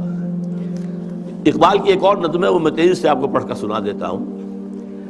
جب ویسٹ میں بہت تنقید ہوئی مسولینی پر، تو جواب میں وہ کہتے ہیں، علامہ اقبال کہتے ہیں مسولینی کی زبان سے، یا مسولینی کہتا ہے علامہ اقبال کی زبان سے، کیا زمانے سے نرالا ہے مسولینی کا جرم، بے محل بگڑا ہے معصومان یورپ کا مزاج۔ یہ معصوم بیٹھے ہوئے انگریز اور یہ فرانسیسی، یہ بڑے معصوم قوم ہے، یہ کہتے ہیں کہ یہ کیا کر رہا ہے مسولینی، یہ کیا جو ہے خوریزی کر رہا ہے، کیا زمانے سے نرالا ہے مسولینی کا جرم، بے محل بگڑا ہے معصومان یورپ کا مزاج، ہے میں پھٹکتا ہوں تو چھلنی کو برا لگتا ہے۔ کیوں؟ چھاج پھٹکتا ہے، چھلنی جو ہے اس کے اندر سے وہ چیز کوئی نکلتی ہے، میں پھٹکتا ہوں تو چھلنی کو برا لگتا ہے۔ کیوں؟ ہے سبھی تہذیب کے اوزار، تو چھلنی میں چھاج، میرے سودائے ملوکیت کو ٹھکراتے ہو تم، تم نے کیا توڑے نہیں کمزور قوموں کے زجاج؟ تم نے لوٹے بے نوا سیرا نشینوں کے خیام، تم نے لوٹی کشت دہقاں، تم نے لوٹے تخت و تاج۔ پردہ تہذیب میں غارت گری آدم کشی، کل روا رکھی تھی تم نے، میں روا رکھتا ہوں آج۔ یہ ہے مسولینی کا جو موقف تھا جو علامہ اقبال نے بیان کیا۔ بہرحال اب پھر تیسرا مشیر بولتا ہے، میں تو اس کی عاقبت بینی کا کچھ قائل نہیں جس نے افرنگی سیاست کو کیا یوں بے حجاب، کہ میں تو کچھ زیادہ قائل نہیں ہوں اس مسولینی کی کوئی عاقبت اندیشی، یہ ہمارے کام کا آدمی نہیں ہے۔ افرنگی سیاست کو اس طرح بے حجاب کر دیا کہ تم بھی لٹیرے ہو، تم نے بھی خونریزیاں کی ہیں، تم نے بھی ملک لوٹے ہیں، تم نے بھی لوگوں کے خون چوسے، میں کر رہا ہوں تو کون سا نیا جرم ہے؟ کیا زمانے سے نرالا ہے مسولینی کا جرم؟ وہ کہتا کہ یہ تو اصل میں یہ اشتراکیت کے خلاف، تو یہی جو ویسٹرن کیپٹلزم ہے یہی تو اصل دفاع بن سکتا تھا، اور اسی کو مسولینی کمزور کر رہا ہے۔ میں تو اس کی عاقبت بینی کا کچھ قائل نہیں جس نے افرنگی سیاست کو کیا یوں بے حجاب۔ پانچواں مشیر اب کہتا ہے، اے تیرے سوز نفس سے کار عالم استوار، جناب ابلیس، مہاراج ابلیس، آپ کے سوز نفس ہی سے تو سارا یہ کار عالم جو ہے یہ چل رہا ہے۔ تو نے جب چاہا کیا ہر پردگی کو آشکار، تو نے جب چاہا چھپے ہوئے رازوں کو آشکار کر دیا، کھول دیا، بیان کر دیا۔ آب و گل تیری حرارت سے جہان سوز و ساز، یہ جو آب و گل کا عالم ہے، یہ زمین اور پانی، اسی سے سب کچھ بنا ہے نا۔ وَمِنَ الْمَاءِ خَلَقْنَا مِنَ الْمَاءِ كُلَّ شَيْءٍ حَيٍّ، یہ ساری چیزیں یہیں سے پیدا ہوئی ہیں، پانی اور مٹی، من تین، قرآن کہتا ہے۔ آب و گل تیری حرارت سے جہان سوز و ساز، ابلہ جنت تیری تعلیم سے دانائے کار۔ ابلہ جنت یہ اصل میں حضور کی جو ایک حدیث ہے بیان کی جاتی ہے، میں اس کے سند کا کیا مقام نہیں جانتا، اہل الجنت بلہن، کہ جنت میں لوگ جو ہوں گے وہ ہوں گے بہت ہی سادہ لوح ہوں گے، بہت شریف ہوں گے، بہت سادہ لوح، اس سے ابلہ کا لفظ بنا ہے۔ ابلہ جنت تیری تعلیم سے دانائے کار، یہ انسان جو ہے یہ تیری ہی تعلیم سے بڑے بڑے فلسفی بن کر ابھر آئے ہیں۔ تجھ سے بڑھ کر فطرت آدم کا وہ محرم نہیں، سادہ دل بندوں میں جو مشہور ہے پروردگار۔ خود وہ پیدا کرنے والا بھی آدمی کی فطرت سے اتنا واقف نہیں جتنا آپ ہیں۔ کام تھا جن کا فقط تقدیس و تسبیح و طواف، تیری غیرت سے ابد تک سرنگون و شمسار۔ یہ جو فرشتے جو تھے، یہ جو سارا ان کا کام ہی جو تھا ہمیشہ کے لیے تقدیس و تسبیح و طواف جو ہے، اب یہ تیری غیرت کی وجہ سے ابد تک سرنگون و شمس۔ ایک نظم ہے بال جبریل کے اندر اقبال کی، کہ حضرت جبریل کہتے ہیں ہمدم دیرینا کیسا ہے جہان رنگ و بو، اور ابلیس کہتا ہے سوز و ساز و درد و داغ و جستجو و آرزو۔ پھر حضرت جبریل کہتے ہیں ہر گھڑی افلاک میں رہتی ہے تیری گفتگو، کیا نہیں ممکن کہ تیرا چاک دامن ہو رفو۔ تو نے جو اللہ کے حکم سے سرتابی کی تھی، اپنے اس دامن کو اگر دوبارہ سی لے، رفو کر لے، تو پھر تیرا مقام جو ہے وہ ہو سکتا ہے بلند۔ اس میں وہ کہتا ہے اے جبریل تو واقف نہیں اس راز سے، کر گیا سرگشت مجھ کو، سرمست مجھ کو ٹوٹ کر میرا صبو۔ یہ جو میں نے عالم بنایا ہے، اس میں جو کچھ کھیل میں دیکھ رہا ہوں، جو تماشے کر رہا ہوں، جو میرے یہاں پر اداکار جو ہیں کام کر رہے ہیں، میں جن کی پتلیوں کی طرح سے جنہیں نچا رہا ہوں، یہ میرے لیے بہت دلچسپ ہے۔ یہ جو عالم ہے تمہارا، تو فقط اللہ اللہ اللہ، اس عالم میں اب میرا گزر نہیں، اب یہاں میرا گزر ممکن نہیں ہے۔ کس قدر خاموش ہے یہ عالم بے کاخ و کو، یہاں تو کوئی حرکت ہے ہی نہیں، کوئی لڑائی ہو، کوئی جنگ ہو، مار پیٹ ہو، کوئی خونریزی ہو، وہ کچھ بھی نہیں۔ بہرحال گرچہ ہیں تیرے مرید افرنگ کے ساحر تمام، اب مجھے ان کی فراست پر نہیں ہے اعتبار۔ یہ جو ہے پانچواں مشیر، ذرا ایک نوٹ آف کہیے کہ ڈفرنس، ڈسینٹ، کہ یہ جو آپ کے جتنے بھی ہیں اس وقت دنیا میں، جتنے بھی چیلے چانٹے کام کر رہے ہیں، گرچہ ہیں تیرے مرید افرنگ کے ساحر تمام، اب مجھے ان کی فراست پر نہیں ہے اعتبار۔ وہ یہودی فتنگر، وہی کارل مارکس، وہ یہودی فتنگر، وہ روح مصدق کا بروز، روح مصدق کا بروز، بروز کہتے ہیں کسی گزری ہوئی شے یا گزرے ہوئے انسان کی روح کا جزوی طور پر یا کلیہ طور پر کسی اور میں بعد میں ظاہر ہو جانا۔ تو یہ جو کہا ہے کہ مصدق، یہ کون تھے؟ یہ 5ویں صدی عیسوی میں ایران میں پیدا ہوئے، اور جہاں تک تحقیق ہے زرتشت کے یہ پیروکار تھے، اور میرا گمان بھی یہی ہے، بعض لوگوں کا خیال ہے کہ زرتشت جو ہے وہ نبی تھے، واللہ عالم۔ اور سائرس جس نے کہ عظیم تر ایران کی بنیاد ڈالی تھی، جسے قرآن میں ذوالقرنین کہا گیا ہے، وہ اصل میں انہی کا تربیت دادا تھا۔ وہ جلاوطنی کی زندگی میں جب رہا ہے تو انہی کے زیر اثر رہا ہے، واللہ عالم۔ اس نے جو ہے زرتشتی فلسفے کو ذرا آگے بڑھایا۔ زرتشتی فلسفہ جو دنیا میں اب ہے، ہمیں نہیں معلوم انہوں نے کیا کہا تھا، جیسے کہ ایک کرسچینٹی اب ہے، حضرت مسیح نے اصلاً کیا کہا تھا، وہ تو اگر قرآن نہ ہوتا تو ہمیں کیسے معلوم ہوتا۔ بدھ مت اب جو کچھ ہے، کیا پتہ واقعتاً وہ گوتم بدھ کی طرف اس کی نسبت درست ہے کہ نہیں ہے۔ اس طرح زرتشت کی طرف جو نسبت ہے، 2 خدا ہے، ایک نیکی کا خدا ہے یزداں، خدا خیر، اور ایک بدی کا خدا ہے اہرمن، خدا شر۔ البتہ اس کے اوپر بھی ایک خدا کو مانتا ہے، خدائے گاں، یعنی ان دونوں خداؤں پر بھی ایک خدا ہے۔ تو یہ وہی ہے معاملہ کہ ہر جو مشرکانہ نظام ہوتا ہے اس میں ایک بڑے خدا کو مان کر اس کے نیچے چھوٹے چھوٹے خدا کو مانا جاتا ہے، لیکن بڑے خدا کو مانتے ہیں۔ اللہ عرب میں ایک ہی تھا، آلہہ بے شمار تھے، اللہ ایک۔ یورپ میں چاہے وہ گریک سویلائزیشن تھی یا رومن، کیپٹل جی سے لکھے جانے والا گاڈ وہ ایک ہی تھا، اومنیپوٹنٹ، اومنیشینٹ، اومنی پریزنٹ، علی کل شیء قدیر، بکل شیء علیم، اور جہاں ہر جگہ موجود۔ لیکن نیچے گاڈز اینڈ گاڈیسز جو ہیں وہ چھوٹے جی سے لکھی جائے گی، گاڈز اینڈ گاڈیسز، یہ بے شمار۔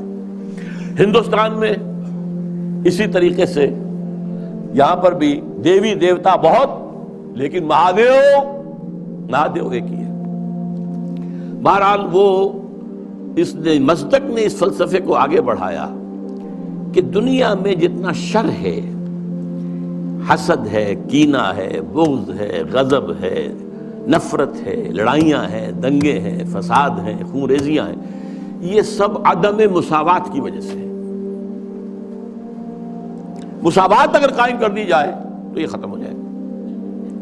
لہذا زر، زن، زمین، 3 چیزیں زے سے شروع ہوتی ہیں، یہ تینوں، زر، زن، زمین، ان کو سب انسانوں میں برابر تقسیم ہو جانا چاہیے۔ یہ فلسفہ ہے جو سب سے پہلے دنیا میں اس طرف آیا ہے، جدھر پھر ایک چھلانگ جو ہے وہ پھر کارل مارکس نے لگائی ہے، لیکن ابتدا کا فلسفہ یہ تھا، مصدق۔ 548 عیسوی میں نوشیروان عادل نے اسے قتل کر دیا، اور اس کے بعد مصدقی فرقہ جو اس کا تھا، جتنے بھی پیروکار تھے، ان سب کو بھی تہہ تیغ کر دیا گیا، تو بات ختم ہو گئی۔ تو یہاں پر جو ہے وہ مشیر جو کہہ رہا ہے 5واں، علامہ اقبال کہہ رہے ہیں اس کی زبان سے کہ وہ یہودی فتنہ گر، وہ روح مصدق کا بروز، ہر قبا ہونے کو ہے اس کے جنوں سے تار تار، زاغ دشتی ہو رہا ہے ہم سر شاہین و چرغ۔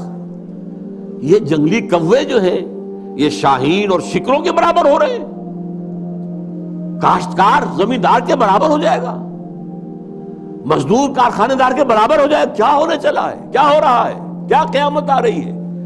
ہماری ابلیسیت کو تو بہت بڑا خطرہ جو ہے ہو چکا ہے لاحق۔ اور یہ اچھی طرح جان لیجئے، یہ صورت اتنی خوفناک تھی کہ پچھلی صدی کے وسط میں، مڈ 50s میں، ویسٹرن بلاک کانپ رہا تھا کمیونزم کی پیش رفت سے، جس آگ، جنگل کی آگ کی طرح بڑھ رہا تھا کمیونزم۔ سن 1917 کا جو ریولوشن تھا، کیسے کیسے چھلانگیں لگائیں، لیٹن امریکہ میں پہنچ گیا، مڈل امریکہ، کیوبا کے اندر موجود ہے، آج بھی موجود ہے، چائنا میں آ گیا، ہندوستان میں کمیونسٹ پارٹی بن گئی۔ یہ جو طوفان آ رہا تھا، اور اس سے بھی بڑھ کر بات کیا تھی، رشیا جو ہے وہ اسپیس کانکویسٹ کے اندر آگے نکل گیا تھا۔ سب سے پہلا سپوٹنک جو ہے وہ رشیا نے پھینکا ہے فضا کے اندر، خلا کے اندر، تو کانپ رہے تھے۔ اس کے بعد انہوں نے یہ سیٹو بنائی اور سینٹو بنائی اور کیا اور بنایا اور نیٹو بنائی سب سے بڑی، یہ سب اس کو کسی طریقے سے. اور سب سے بڑی بات یہ امریکہ بہادر نے ملینز کی تعداد میں قرآن شائع کر کے انگریزی میں اسے تقسیم کیا مسلمانوں کو، دی گلوریس قرآن اور گیتا لاکھوں کی تعداد میں شائع امریکہ کر رہا عیسائی، تاکہ بابا تم اپنے مذہب پر جمے رہو. یہ بے خدا ہے، یہ جو کمیونزم ہے یہ تو بالکل ہی مرید ہیں. ہم تو پھر بھی خدا کو تو مانتے ہیں نا بھائی، تمہارا نظام ہم نہیں مانتے، تمہارے رسول کو ہم نے نہیں مانا، خدا کو تو مانتے ہیں نا. کم سے کم ہمارا جو ہے یہ خیال کرو، ہمارا ساتھ دو اس کے مقابلے میں. Containment of Russia policy. تو یہ جو کہہ رہا ہے کہ گرچہ ہیں تیرے مرید افرنگ کے ساحر تمام، اب مجھے ان کی فراست پر نہیں ہے اعتبار. وہ یہودی فتنگر، وہ روح مصدق کا بروز، ہر قبا ہونے کو ہے اس کے جنوں سے تار تار. زاغ دشتی ہو رہا ہے ہم سر شاہین و چرغ، کتنی صورت سے بدلتا ہے مزاج روزگار. چھا گئی آشفتہ ہو کر وہ سطح افلاک پر، جس کو نادانی سے ہم سمجھے تھے کہ مشت غبار. ہم سمجھے تھے یہ تو ایک ہے، ایک ملک میں ریولوشن آ گیا ہے نا، رشیا کے اندر آ گیا ہے، بولشوک ریولوشن آ گیا ہے، مشت غبار ہے بس. یہ تو آندھی بن گئی ہے.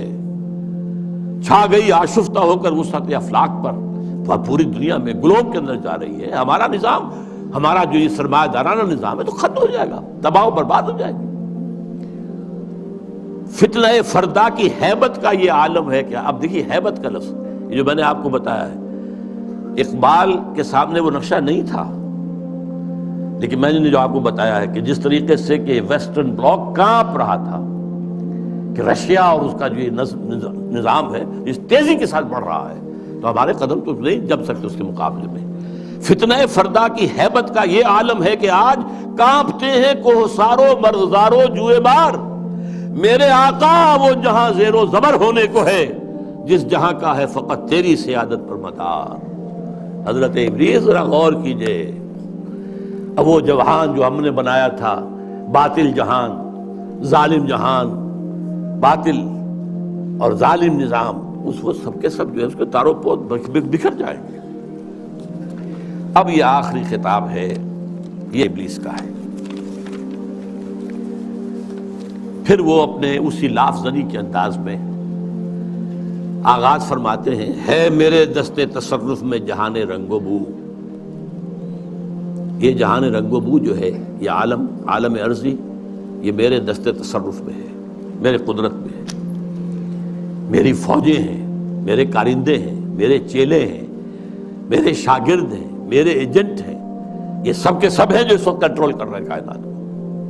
کیا زمین، کیا مہرما، کیا آسمان تو نہ صرف زمین بلکہ آسمان بھی میرے قبضے میں ہے. میں نے جب گرما دیا اقوام یورپ کا لہو، دیکھ لیں گے اپنی آنکھوں سے تماشا شرق و غرب و شرق. میں نے جب گرما دیا اقوام یورپ کا لہو.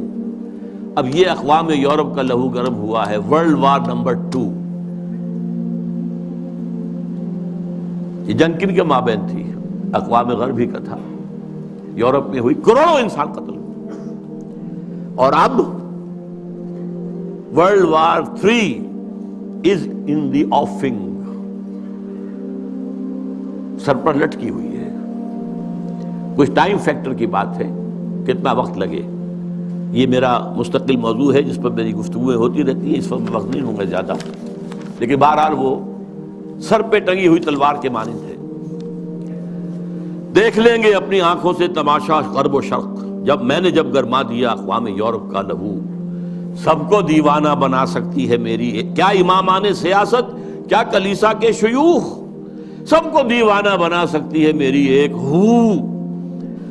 کارگاہ شیشہ جو ناداں سمجھتا ہے اسے توڑ کر دیکھے تو اس تہذیب کے جام و صبو. ذرا دیکھے تو صحیح، اس تہذیب کو کون توڑ سکتا ہے؟ اس کے جام و صبو کون توڑ سکتا ہے؟ آئے کوئی میدان میں توڑے اسے. وہ تہذیب جس کا اس وقت کے دہائی دے رہا ہے Bush, our way of life, our civilization، یہ اسلامک فنڈامنٹلزم سے اس کو خطرہ ہے. our way of life، یہی فرعون نے کہا تھا اپنے درباریوں سے کہ یہ جو موسیٰ اور ہارون دو آ گئے ہیں، یذهبا بطریقتکم المثلی، تمہاری آئیڈیل تہذیب کو ختم کرنے کے درپے ہیں، یہ تمہارے نظام کو ختم کر دیں گے۔ آج وہی بات جو ہے بش کہہ رہا ہے، ہماری اس تہذیب کے توڑ کر دیکھے تو اس تہذیب کے جام و سبو دست فطرت نے کیا ہے جن غریبانوں کو چاک، مزدکی منطق کے سوزن سے نہیں ہوتے رفو۔ اب یہ بہت عمدہ شعر ہے کہ اللہ تعالیٰ نے جو خالق ہے انسان کا، امتیازات اس نے رکھ دیے ہیں اس کی سرشت کے اندر۔ میں لفظ فطرت استعمال نہیں کر رہا ہوں، یہ دو الفاظ علیحدہ ہیں۔ سرشت، سرشتن گودنا، یہ جو ہماری جو اینیمل انسٹنکٹس ہیں وہ سرشت ہیں، جو ہمارے اندر جو روحانی تقاضے ہیں وہ ہماری فطرت ہے۔ فطرت اللہ التی فطر الناس علیہا، اس کی تو نسبت جو ہے ذات باری تعالیٰ کے ساتھ ہے، وَنَفَخْتُ فِيهِ مِن روحی۔ لیکن انسان کی سرشت کے اندر ظاہر بات ہے، جینز کے اندر کہہ لیجیے آج کی اصطلاح میں فرق تو ہے۔ کوئی زیادہ ذہین پیدا ہوتا ہے، کوئی غبی ہے، کوئی زیادہ جسمانی صحت والے جینز لے کر آتا ہے، کوئی بنیادی طور پر ایسے جینز لے کر آ رہا ہے کہ بیمار ہو رہا ہے، اور بیماری بھی ایسی جو لا علاج ہے۔ تو یہ تو فرق اور امتیاز تو رہے گا۔ تو یہ کوئی مزدکی منطق جو ہے، مساوات جس طرح کی اس نے تصور دیکھا تھا، اس کی سوزن، اس کی سوئی سے یہ غریبان چاک ہونے والے نہیں ہیں۔ اسلام نے بھی ان کو ختم نہیں کیا، ان کو ایک حد میں لایا ہے، زیادہ گیپ نہ ہو جائے۔ ابھی ایک علیحدہ موضوع ہو جائے گا اسلام کا معاشی نظام کیا ہے۔ اس نے دو چیزوں کو زنجیر، دو جنوں کو زنجیر ڈال دی ہے، سود اور جوا، اور دو مزید، جنسی جذبات کو بھڑکا کر کوئی آمدنی، اور منشیات کو فروغ دے کر آمدنی، چار چیزیں نکال دیجئے تو ویسٹرن کیپٹلزم اسلامی نظام بن جائے گا۔ Private ownership, private enterprise, personal initiative, demand and supply,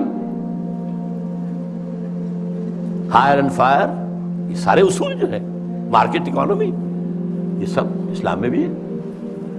بس یہ ہے کہ یہ سود کے ذریعے سے یہ جو سرمایہ کاری ہے یہ سرمایہ داری بن جاتی ہے۔ جیسے وہ آکاش بیل ہوتی ہے، درخت کے اوپر چھا گئی اور اس پورے درخت کی جو جتنی بھی اس کے اندر توانائی تھی کھینچ لیا اس کو، وہ پھر سرمایہ داری بن جاتی ہے۔ جوا، سٹاک ایکسچینج، ایک ہینڈل جو ہے ادھر سے ادھر کیا اور کریش ہو رہا ہے، مارکیٹ کریش ہو رہی ہے، بلینز اینڈ بلینز گون، اور وہ صرف ایک لیور کو کھینچنے کی بات ہے۔ یہ ساری چیزیں آپ کے علم میں ہیں۔ دست فطرت نے کیا ہے جن غریبانوں کو چاک، مزدکی منطق کے سوزن سے نہیں ہوتے رفو۔ کب ڈرا سکتے ہیں مجھ کو اشتراکی کوچہ گرد، یعنی تم جن سے گھبرا رہے ہو یہ مجھے تو نہیں ڈرا سکتے، مجھے ان سے کوئی خوف نہیں۔ یہ پریشاں روزگار آشفتہ مغز آشفتہ ہوں، یہ تو دیوانے قسم کے کچھ لوگ ہیں، ان کے خیالات بھی دیوانگی کے ہیں۔ ہے اگر کوئی خطر مجھ کو تو اس امت سے ہے۔ یہ ہے اب کلائمیکس اس کا، جس کی خاکستر میں ہے اب تک شرار آرزو۔ بہت اہم ہے یہ الفاظ، اگرچہ دنیا میں ابھی کہیں اسلامی نظام موجود نہیں ہے۔ We have to admit، دنیا کہتی ہے اسلامی نظام، بھائی کتاب میں ہے، اس میں پڑھ لو یہ نظام ہے، وہ کہتے دکھاؤ کہیں، نہیں، سوری، کہیں نہیں ہے، کہیں آثار بھی نہیں ہے ابھی تک، تو کم سے کم نظر تو نہیں آ رہے۔ لیکن اس کی نگاہ دیکھ رہی تھی جبریل، اس ابلیس کی 80 برس پہلے، اور آج وہی ویژن ویسٹ کو حاصل ہو چکا ہے۔ اس کی خاکستر میں ہے اب تک شرار آرزو۔ خاکستر ایک اگر انگارہ ہے، انگارے کے اوپر راکھ آ جاتی ہے تو آگ تو نظر نہیں آتی، تو راکھ ہے، کہیں اب آپ اسے اٹھائیں گے اور وہ اگر راکھ نکل گئی پھر پتہ چلے گا اندر کیا ہے۔ یہ وہ دیکھ رہا ہے، اس امت کی خاکستر میں شرار آرزو موجود ہے اگر مجھ کو خطر کوئی تو اس امت سے ہے جس کی خاکستر میں ہے اب تک شرار آرزو۔ یہ شرار آرزو پیدا کب ہوا یہ بھی سمجھ لیجئے۔ ویسٹرن کلونیلزم کا بستر جب طے ہوا، وہ نئی بساط بچھانی ہے اس کے بعد ہی، جیسے ہی ویسٹرن کلونیلزم گیا ہے ورلڈ بینک صاحب تشریف لے آئے، اسی وقت قائم ہوئے ہیں، مالیاتی استعمار کا آغاز۔ لیکن جب یہ طے ہوا، اب ہم مسلمان بھی آزاد ہو گئے، تو خیال آیا جیسے کسی بے ہوش سے ہوش میں آنے کے بعد یاد آتا ہے میں کیا تھا، ہم کیا تھے، ہمارا بھی تو ایک نظام تھا، کم سے کم یہ کہ ہمارے بھی کچھ قوانین تھے، کچھ تعزیرات تھیں، کچھ حدود تھے، کچھ سزائیں تھیں، کوئی فیملی لاز تھے، کوئی ہمارے جو قانون وراثت تھا، ہماری تہذیب تھی، ہمارے ہاں کی وہ شرم اور عفت والی جو ہے ایک معاشرت تھی، وہ یاد آئی اور ایک خواہش دل میں انگڑائیاں لینے لگی۔ And this was a universal phenomenon from Indonesia till Mauritania. مسجوبی پارٹی، جماعت اسلامی، خاکسار، اسلام کے غلبے کے لیے فدائیین ایران میں، مسجوبی پارٹی انڈونیشیا میں، الاخوان المسلمون مصر میں، عباد الرحمان لبنان میں، سعید نورسی ترکی میں، وغیرہ وغیرہ وغیرہ، یہ سب تحریک ایک ہے۔ نعیم صدیقی مرحوم نے ایک نظم بھی کہی تھی، مجھے اب وہ یاد تو نہیں ہے ایک ہی جذبہ، کہیں اونچا کہیں مدھم، یہ ایک ہی جذبہ ہے، یہ سارا کا سارا، نام اور ہے، وہ اخوان ہے، یہ جماعت اسلامی ہے، یہ خاکسار ہیں، خاکسار بھی ایک وقت میں بڑے زور شور سے اٹھے تھے۔ بہرحال یہ جذبہ جو ہے اس وقت سے ہے، لیکن افسوس یہ جذبہ دو چیزوں میں ٹھوکر کھا گیا۔ ایک تو اس نے یہ سپوز کر لیا جب ہم مسلمان ہیں تو ایمان تو ہمارے اندر ہے، بس یہ سب سے بڑی غلط، ایمان نہیں ہے بھائی، یہ ایک موروثی عقیدہ ہے، اٹس ناٹ ایمان۔ ایمان وہ ہوتا ہے جو پرسنل کنوکشن کی شکل اختیار کرے، یقین پیدا کرے، ناداں یقین سے ہاتھ آتی ہے وہ درویشی کے جس کے سامنے جھکتی ہے فغفوری۔ You start with this that we are Muslims, that we are Momins۔ اب بس صرف عبارت بنانی ہے، اللہ نہ کرے غلط۔ اصل میں تو ایمان کی دوبارہ تجدید بنیاد ہے اس کام کی۔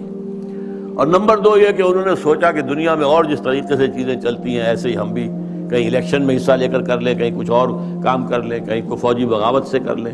نہیں بھائی، اس سے نہیں ہوگا، اس کا طریقہ وہی ہوگا جو محمد الرسول اللہ کا تھا صلی اللہ علیہ وسلم۔ پوری انسانی زندگی میں ایک ہی مرتبہ، اور تمام انبیاء اور رسول کی جماعت میں سے صرف ایک ہی شخص کے ہاتھوں وہ انقلاب برپا ہوا تھا، اور کسی کے ہاتھوں نہیں ہوا، اور وہ ہے محمد صلی اللہ علیہ وسلم۔ وہی اول، وہی آخر، اور اب بھی ہونا ہے، یہ صحیح ہے۔ ابلیس بھی ٹھیک دیکھ رہا ہے، اور علامہ اقبال نے بھی ٹھیک دیکھا، اور آج بش بھی ٹھیک دیکھ رہا ہے، بلیر اس کا چھوٹا بھائی بھی دیکھ رہا ہے۔ وہ چونکہ اس نے کہا، بلیر نے، جو خلافت کا نام لے وہ فنڈامنٹلسٹ ہے، وہ ٹیررسٹ ہے، اور بش نے تو کہہ دیا، یہ کسی مسلمان کو تو میرے علم کی حد تک تو یہ خیال بھی نہیں آیا تھا کہ یہ تو اسپین سے لے کر اور انڈونیشیا تک خلافت قائم کرنا چاہتا۔ اسپین کا لفظ میں نے تو آج تک نہیں سنا تھا، لیکن خوف دیکھیے، ہیبت، فتنہ فردا کی ہیبت کا یہ عالم ہے کہ آج وہ جو کانپ رہے ہیں کہ یہ خلافت کا نظام آ جائے گی، تو وہ خاکستر میں شرار آرزو ہے۔ اندیشہ یہی ہے کہ کہیں یہ بڑھ کر کوئی بہت بڑے طوفان کی شکل اختیار نہ کر لے۔ کرتے ہیں اشک سحر گاہی سے جو ظالم وضو، خال خال اس قوم میں اب تک نظر آتے ہیں وہ، کرتے ہیں اشک سحر گاہی سے جو ظالم وضو، جانتا ہے جس پہ روشن باطن ایام ہے، مصداقیت فتنہ فردا نہیں اسلام ہے۔ اب مجھے ذرا جلدی کرنی ہے، وقت بہت ختم ہو رہا ہے۔ دیکھیے اب حقیقت بھی نہیں، اس امت کی حالت کیا ہے اس وقت۔ جانتا ہوں میں یہ امت حامل قرآن نہیں، جانتا ہوں میں یہ امت حامل قرآن نہیں ہے، وہی سرمایہ داری بندہ مومن کا دین۔ Very better, very better, 100% correct. دولت پرستی، مادہ پرستی، یہ ہر ایک کے اندر پلی ہوئی ہے، رگوں کے اندر، دلوں کی گہرائیوں میں اتری ہوئی ہے۔ جانتا ہوں میں کہ مشرق کی اندھیری رات میں بے ید بیضا ہے پیران حرم کی آستین. پیران حرم جو بیٹھے ہوئے ہیں، وہ جو صوفی ملا جو اس کو پہلے کہہ چکا ہے، صوفی ملا ملوکیت کے بندے ہیں تمام، ان کی آستین میں ید بیضا نہیں ہے. حضرت موسیٰ کے آستین میں سے ہاتھ نکلتا تھا تو وہ چمکتا ہوا ہوتا تھا، دمکتا ہوا سورج کی طرح. وہ نہیں ہے. بے ید بیضا ہے پیران حرم کی عصر حاضر کے تقاضاؤں سے ہے، لیکن یہ خوف ہو نہ جائے آشکارا شرع پیغمبر کہیں. یہ اہم ترین شعر ہے اس نظم کا. میں نے آپ سے کہا تھا اقبال کے وہ دو اشعار، ہر کجا بینی جہان رنگ و بو، کہ از خاکش بروید آرزو، یا ز نور مصطفیٰ اورا بہاست، یا ہنوز اندر تلاش مصطفیٰ است. یہ جو ڈائلیکٹیکل پروسیس چل رہا ہے ہسٹری کا، یہ اصل میں کیا جا رہا ہے؟ ایک چیز پیدا ہوئی، اس کا رد عمل پیدا ہوا، اس کے بعد ان دونوں میں تصادم ہوا، پھر دونوں سے ایک مل کر جل کر ایک نظام وجود میں آ گیا. پھر اس کے اندر جو خرابی ہے وہ ظاہر ہوئی، اس نے اپنے رد عمل کو جنم دیا. Thesis, antithesis, synthesis. یہ سنتھیسس پھر تھیسس بن گیا، پھر اینٹی تھیسس، پھر سنتھیسس. واقعہ یہ ہے کہ نوع انسانی رفتہ رفتہ جا رہی ہے اس ڈائلیکٹیکل پروسیس کے تحت بھی اسی نظام کی طرف جو محمد نے عطا کیا صلی اللہ علیہ وسلم. وہ کہتا ہے اس سے خوف ہے، امت میں دم نہیں ہے. اس کا قول ہے یہ، اللہ کرے گا اس امت میں جہاں پیدا ہو جائے گی. لیکن کہہ وہی رہا کہ میں جانتا ہوں میں یہ امت حامل قرآن نہیں ہے، وہی سرمایہ داری بندہ مومن کا دین. جانتا ہوں میں کہ مشرق کی اندھیری رات میں بے ید بیضا ہے پیران حرم کی آستین، عصر حاضر کے تقاضاؤں سے ہے لیکن یہ خوف. دیکھیے ملوکیت، امپیریلزم، شہنشاہیت کے جواب میں رد عمل میں انقلاب آیا فرانس کا، جمہوریت آ گئی. جمہوریت چونکہ اللہ کی ہدایت سے تو مستفید نہیں ہے، یہ تو مادہ اندھا مادہ جو ہے وہ ایکشن ریئیکشن پیدا کر رہا ہے. اس کے اندر وہ جو دولت پرستی تھی، سود رہا، پھر انڈسٹریل ریولوشن آ گیا تو وہ سرمایہ داری بن گئی. ایک لعنت سے چھٹکارا پایا، دوسری لعنت میں گرفتار. فیوڈل لارڈ سے آزاد ہوئے، کارخانے دار اس کے غلام ہو گئے. اس کے رد عمل میں کمیونزم آیا، ایک پارٹی ڈکٹیٹرشپ آ گئی. اب وہ بھی ختم ہوا. اب کہاں آئے گا؟ اب انسان دو راہ پر کھڑا ہے، کہاں جائے گا؟ فوکویاما کہتا ہے اینڈ آف ہسٹری. تاریخ انسانی کے اندر جو سب سے اونچا مقام ہو سکتا تھا ہم حاصل کر چکے. کمیونزم کا خاتمہ ہو گیا، اب کوئی نظام ہمارے مد مقابل آ ہی نہیں سکتا. اس کا ایک جواب لکھا ہے تو ہمارے پاکستان کے ہی عابد اللہ جان، اینڈ آف ہسٹری کی جواب میں اینڈ آف ڈیموکریسی کتاب لکھی ہے. مغربی جمہوریت ختم ہو گئی ہے، مغربی جمہوریت ختم ہو گئی ہے. اس کے دلائل، اس کے شواہد تفصیل کے ساتھ اس کی کتاب کو پڑھیے. اور اب اسلام جو آئے گا سنتھیسس ہوگا، اب وہ ہوگا اسلامی جمہوریت، اسلامی سوشلزم. سوشلزم میں جو خیر تھا وہ بھی اسلام کے اندر ہے. خیر یہی تھا نا کہ ہر ایک کے لیے بنیادی ضروریات جو ہے فراہم کر دی جائیں. یہ تو اسلام میں ہے. ہم نے نہیں کیا تو ہم مجرم ہم ہیں. اسکینڈینیوین سوشلزم اپنی ٹاپ کے اوپر کھڑا ہوا ہے، لیکن اسلام کا سوشلزم اس سے کہیں آگے جائے گا.